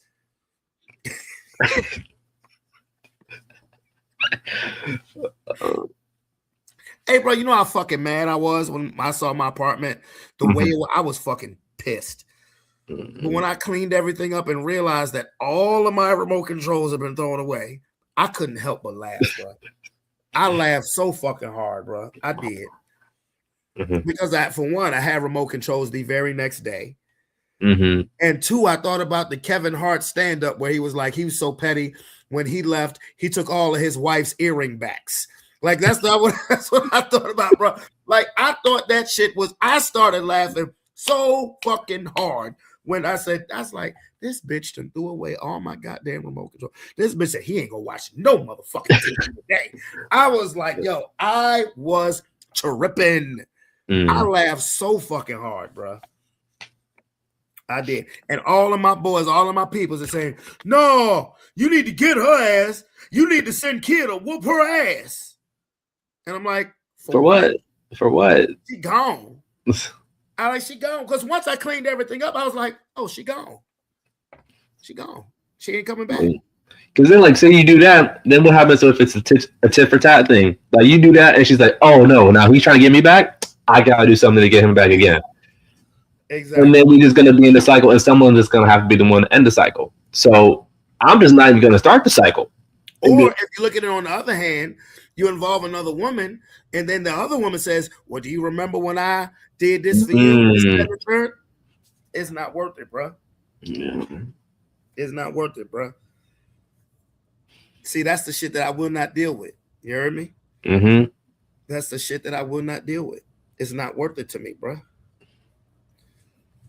You know? And that's the stuff, you know, and I had to deal with that a little bit this year. I'm not gonna go into details about that because it's not worth bad energy, because I wish for everybody, and I'm still gonna try to help everybody the best way that I can. but people who carry things like that, who carry it like that, I can't deal with them. I can love you to pieces, but I can't deal with it because you know, particularly the way women deal with men. You know, you could do a million things, go out your way to do a million things. But if you draw a limit, then all of a sudden you've done nothing. That shit be funny as a bitch, bro. That shit be funny as a bitch, bro. And that shit used to bother me. And I'm like, nah, that shit don't even bother me. I'm like, all right. Okay. All right. I'm like that with anybody, bro. I don't care who you are. You try to pull that shit on me, okay. All right. No, I'm not going to be disrespectful because it's not worth it. But I just fade to black, bro. I fade to black. You know, because again, I'm at a point and an age in my life where I know what I want to deal with and what I don't want to deal with. And the mature grown man part of me, because I'm immature as fuck and I don't give a fuck. I will admit it. I'm a clown in real life. Hampton, how many times have I told you that? I'm a clown in real life. But the adult of me knows that if I know what I do and what I don't want to deal with, I also know is treat people the way you want to be treated. So I'm not perfect by any means. I don't even strive for perfection, because that's impossible. All I strive to be is better than I was the day before. Yeah. I don't strive for perfection. That's impossible. But I just strive to be better than I was the day before. So while I know what I do and what I don't want to deal with, not just from a relationship, but life in general, from people in general, I also know that I would treat others the way I want to be treated. Mm-hmm. You know, if you can take my sense of humor, you'll love me. That's all I say. I'll say that to anybody. And this is why when I first meet a new woman, this is why, and I know a lot of my boys be saying I shouldn't do this, and I understand why. why I have people come over here first. And my niggas be like, and they be right. You showing the bitch where you live, and this, then, the third, But the reason why I do that is because I want said woman that I may be interested in, to get to know me off bat. There's not going to be any representative. You're going to know me. You're going to know the real me. Mm-hmm. That's why I invite, like, I tell you, come on over so I can cook for you. Not so I can be fresh. That was me. That was me when I was 20. Mm-hmm. Not so I could be fresh, but so you could know the real me. Now, if you want to get fresh, I ain't gonna stop you. But for you to get to understand, because for one, I don't want to set that expectation. Oh, he gonna be whining and dining me and shit. Yeah, I can whine and dine your ass from the kitchen in my own house. Mm-hmm. And it's not that I don't mind whining and dining every now and then. That's great. Of course, couples need that. You know what I'm saying? Couples need that. But I don't want to set that expectation off bat. No, you're not meeting the representation. You're meeting me. So you're going to know what's up off bat. You're going to meet the real me. And I'm going to let you know my expectation. And another expectation that people may not want to fuck with. If I'm to ever get married again, motherfucker, I want a prenup.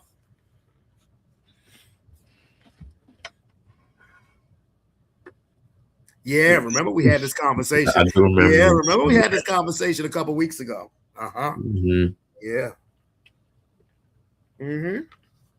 And we were and you were right in the room when I was talking with my boys about it, and we agreed to disagree. They said their reason why, I said my reason why. And every situation is different. Again, I look at a prenuptial agreement as insurance. Not me thinking the marriage is going to fail, but coverage just in case life happens. No different from when you buy a new car or a new house. Yeah. And I would let any woman know that off bat. If anything, knowing me how I am, because a prenup has such a bad reputation, that's going to make me go harder at the relationship to prove to prove to my significant other that this prenup don't mean shit. It's a piece of paper. Mm-hmm. Mm-hmm. Now, see, are you still wanting to do a prenup if she has way more assets than you do? Absolutely. But she doesn't want to do a prenup. I would encourage her to. Encourage her to? Mm-hmm. And I would tell her it's all it is insurance. That's it. Mm-hmm. People get life insurance all the time. People, you can get auto insurance and never have an accident. You still got the insurance though. Yeah. If you go into a marriage thinking that a prenup is a bad thing, then it's gonna be a bad thing. It's like I said the night we was watching the fight. What I was saying to Aaron and Lou. When you buy a new car, when you buy a brand new car, whether it's a used car, whether it's new to you, when you buy a new car, and you put insurance on it, you're not putting insurance on it saying, hey, man, I can't wait to total this bitch. Mm-hmm. Or when you buy a new house, you got homeowners insurance. You're not saying, yeah, I got homeowners insurance. I can't wait to set this motherfucker on fire. Nobody's doing that. Nobody's doing that unless you're diabolical. And I look at it the same way as a prenup, bro. I wouldn't sign a prenup saying, man, I sure can't wait to get divorced. No, because all the prenup is going to ensure that I leave with what the fuck I came in with. That's stupid, you know. And I would, like I said, if the woman had far more assets than me, I would definitely encourage her. And I would tell her, baby, it's not that I'm thinking that we're going to fail. All it is coverage. Mm-hmm. All it is coverage. That's it. It's a piece of paper. The piece of paper shouldn't make the marriage. We should make the marriage. And if nobody can understand that, then God bless you. That's all. People make things more difficult than it has to be. People make things more difficult than it has to be. Mm-hmm.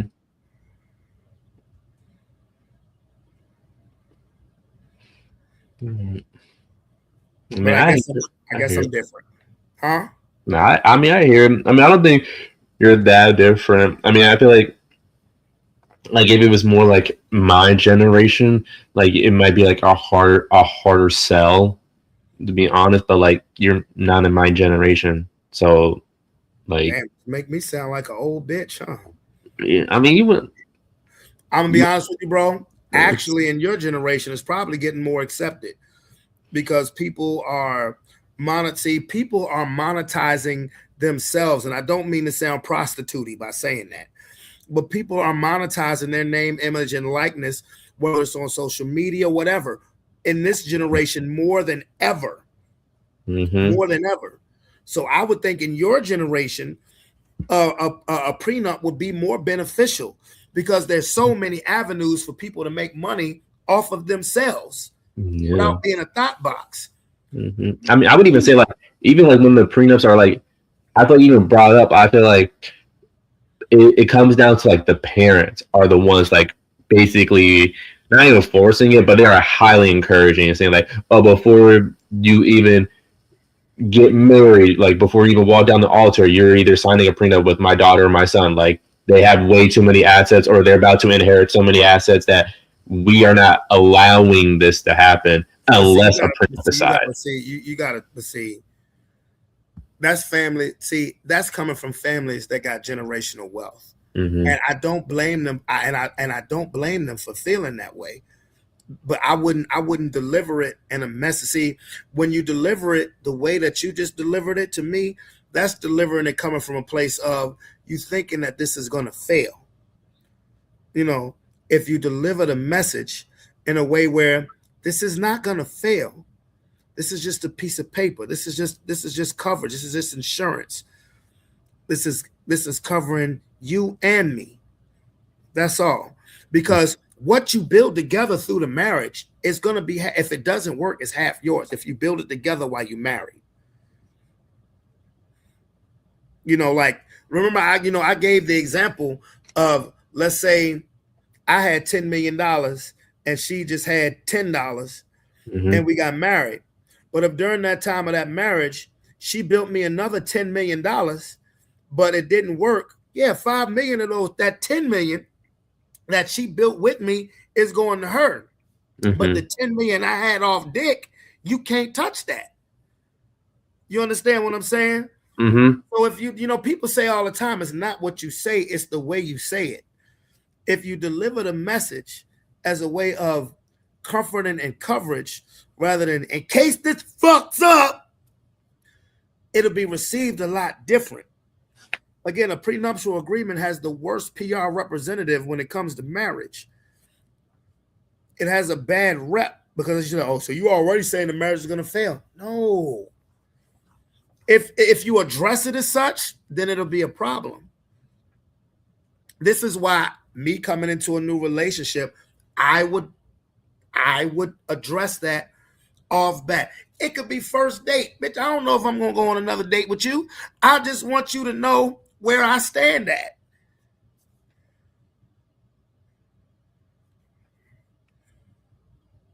Yeah.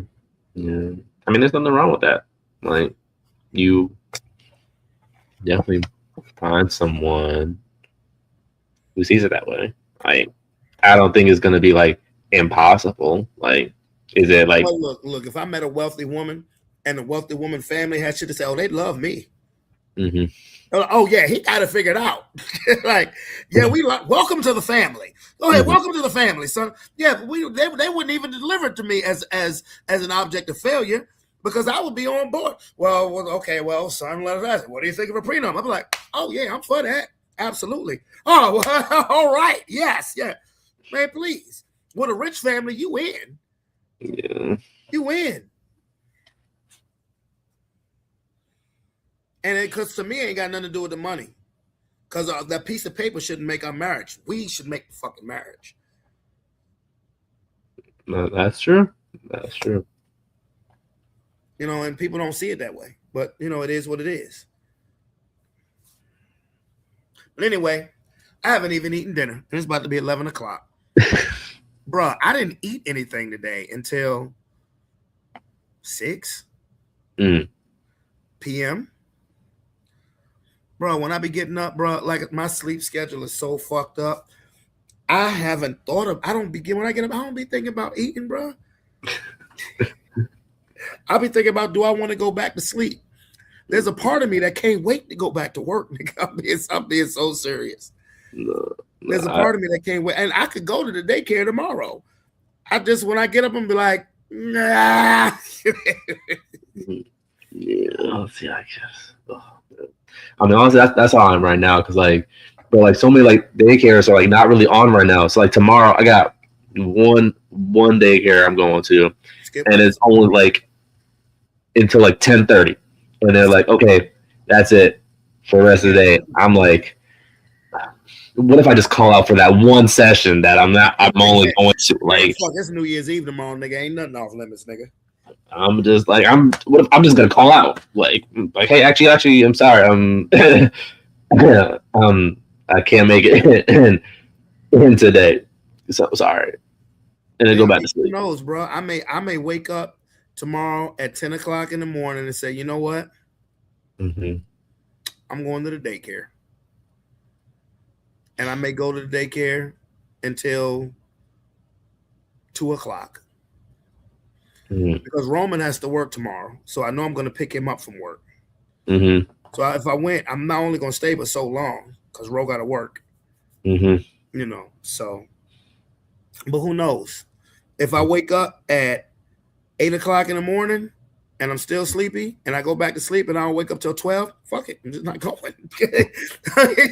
Shit. It says I'm just not going. Simple. Simple. But anyway, yeah, I'm gonna get out of here. All right. I'm gonna get out of here.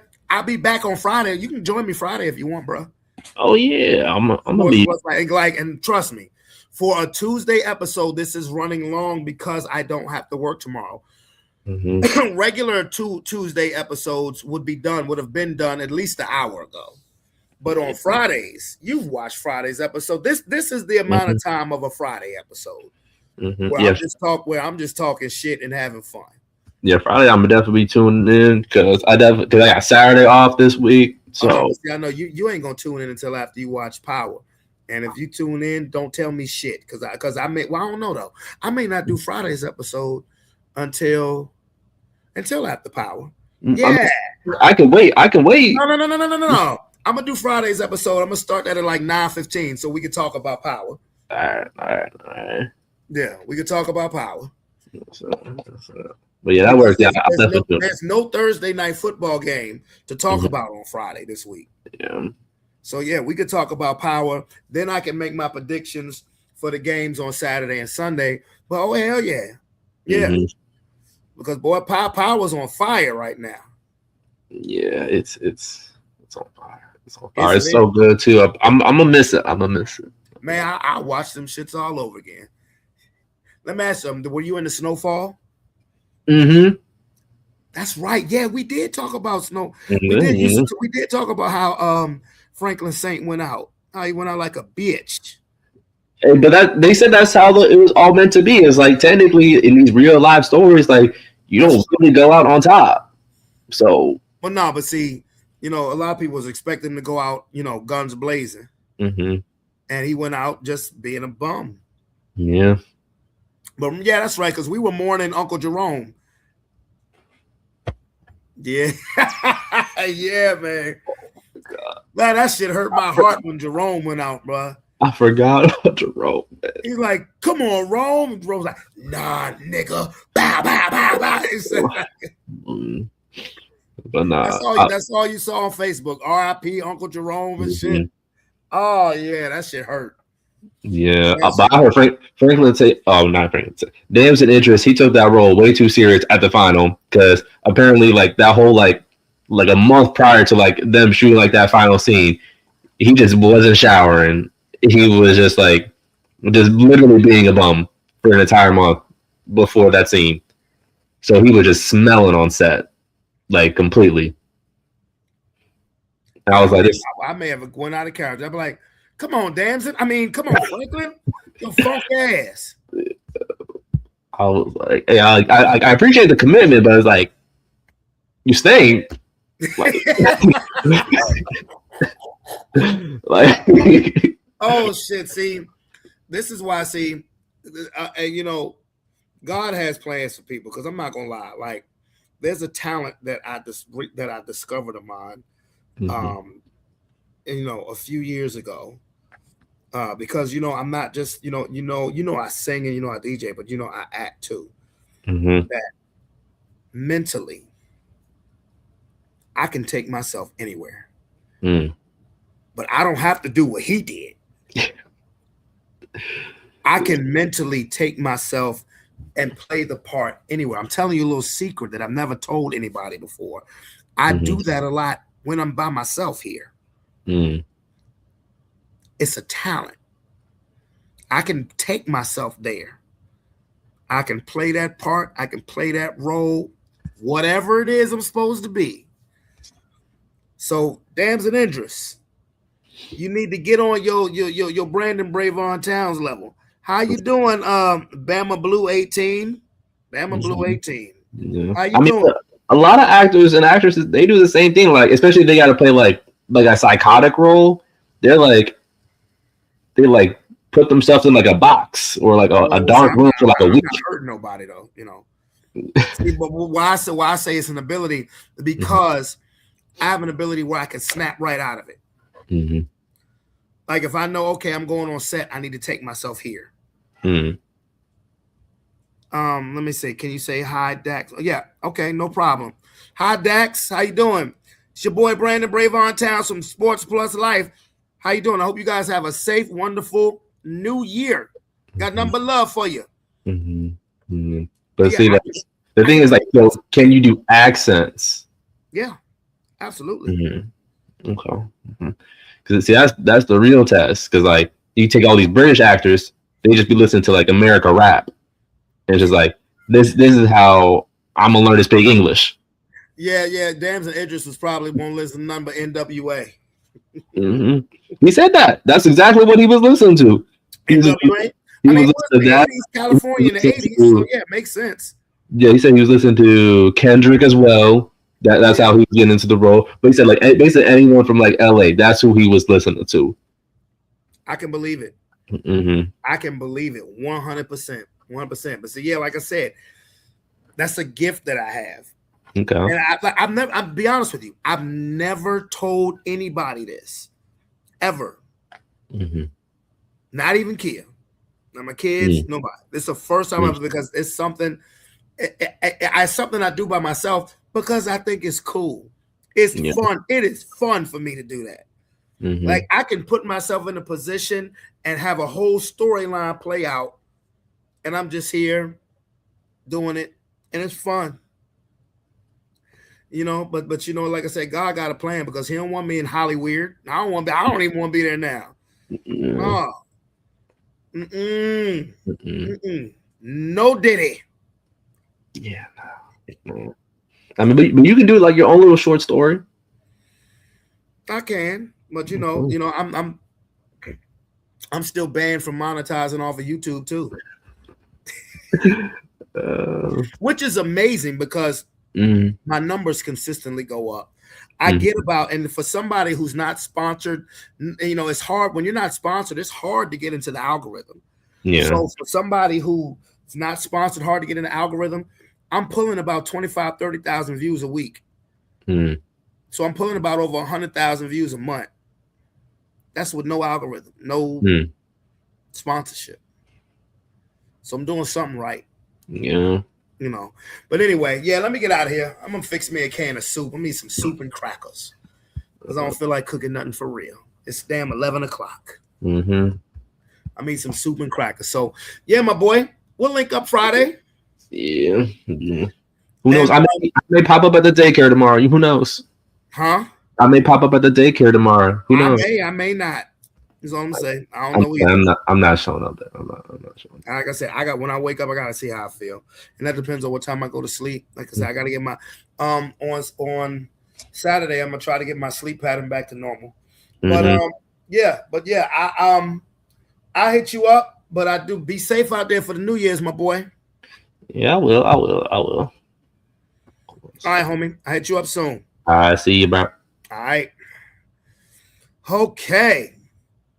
Now, again, you can tell that my work schedule has been different because this has been a wonderful long show. The last show of 2025. And yes, I wanted to have some fun. I wanted to talk some shit. I'm glad I could have somebody on here with me. So shout out to Coach Hampton. But it's your boy, Brandon Bravon Towns. For the last time in 2025, I'm going to say I'm out this bitch. Peace. Love you. See you on the other side of 2026. Have a happy, safe New Year.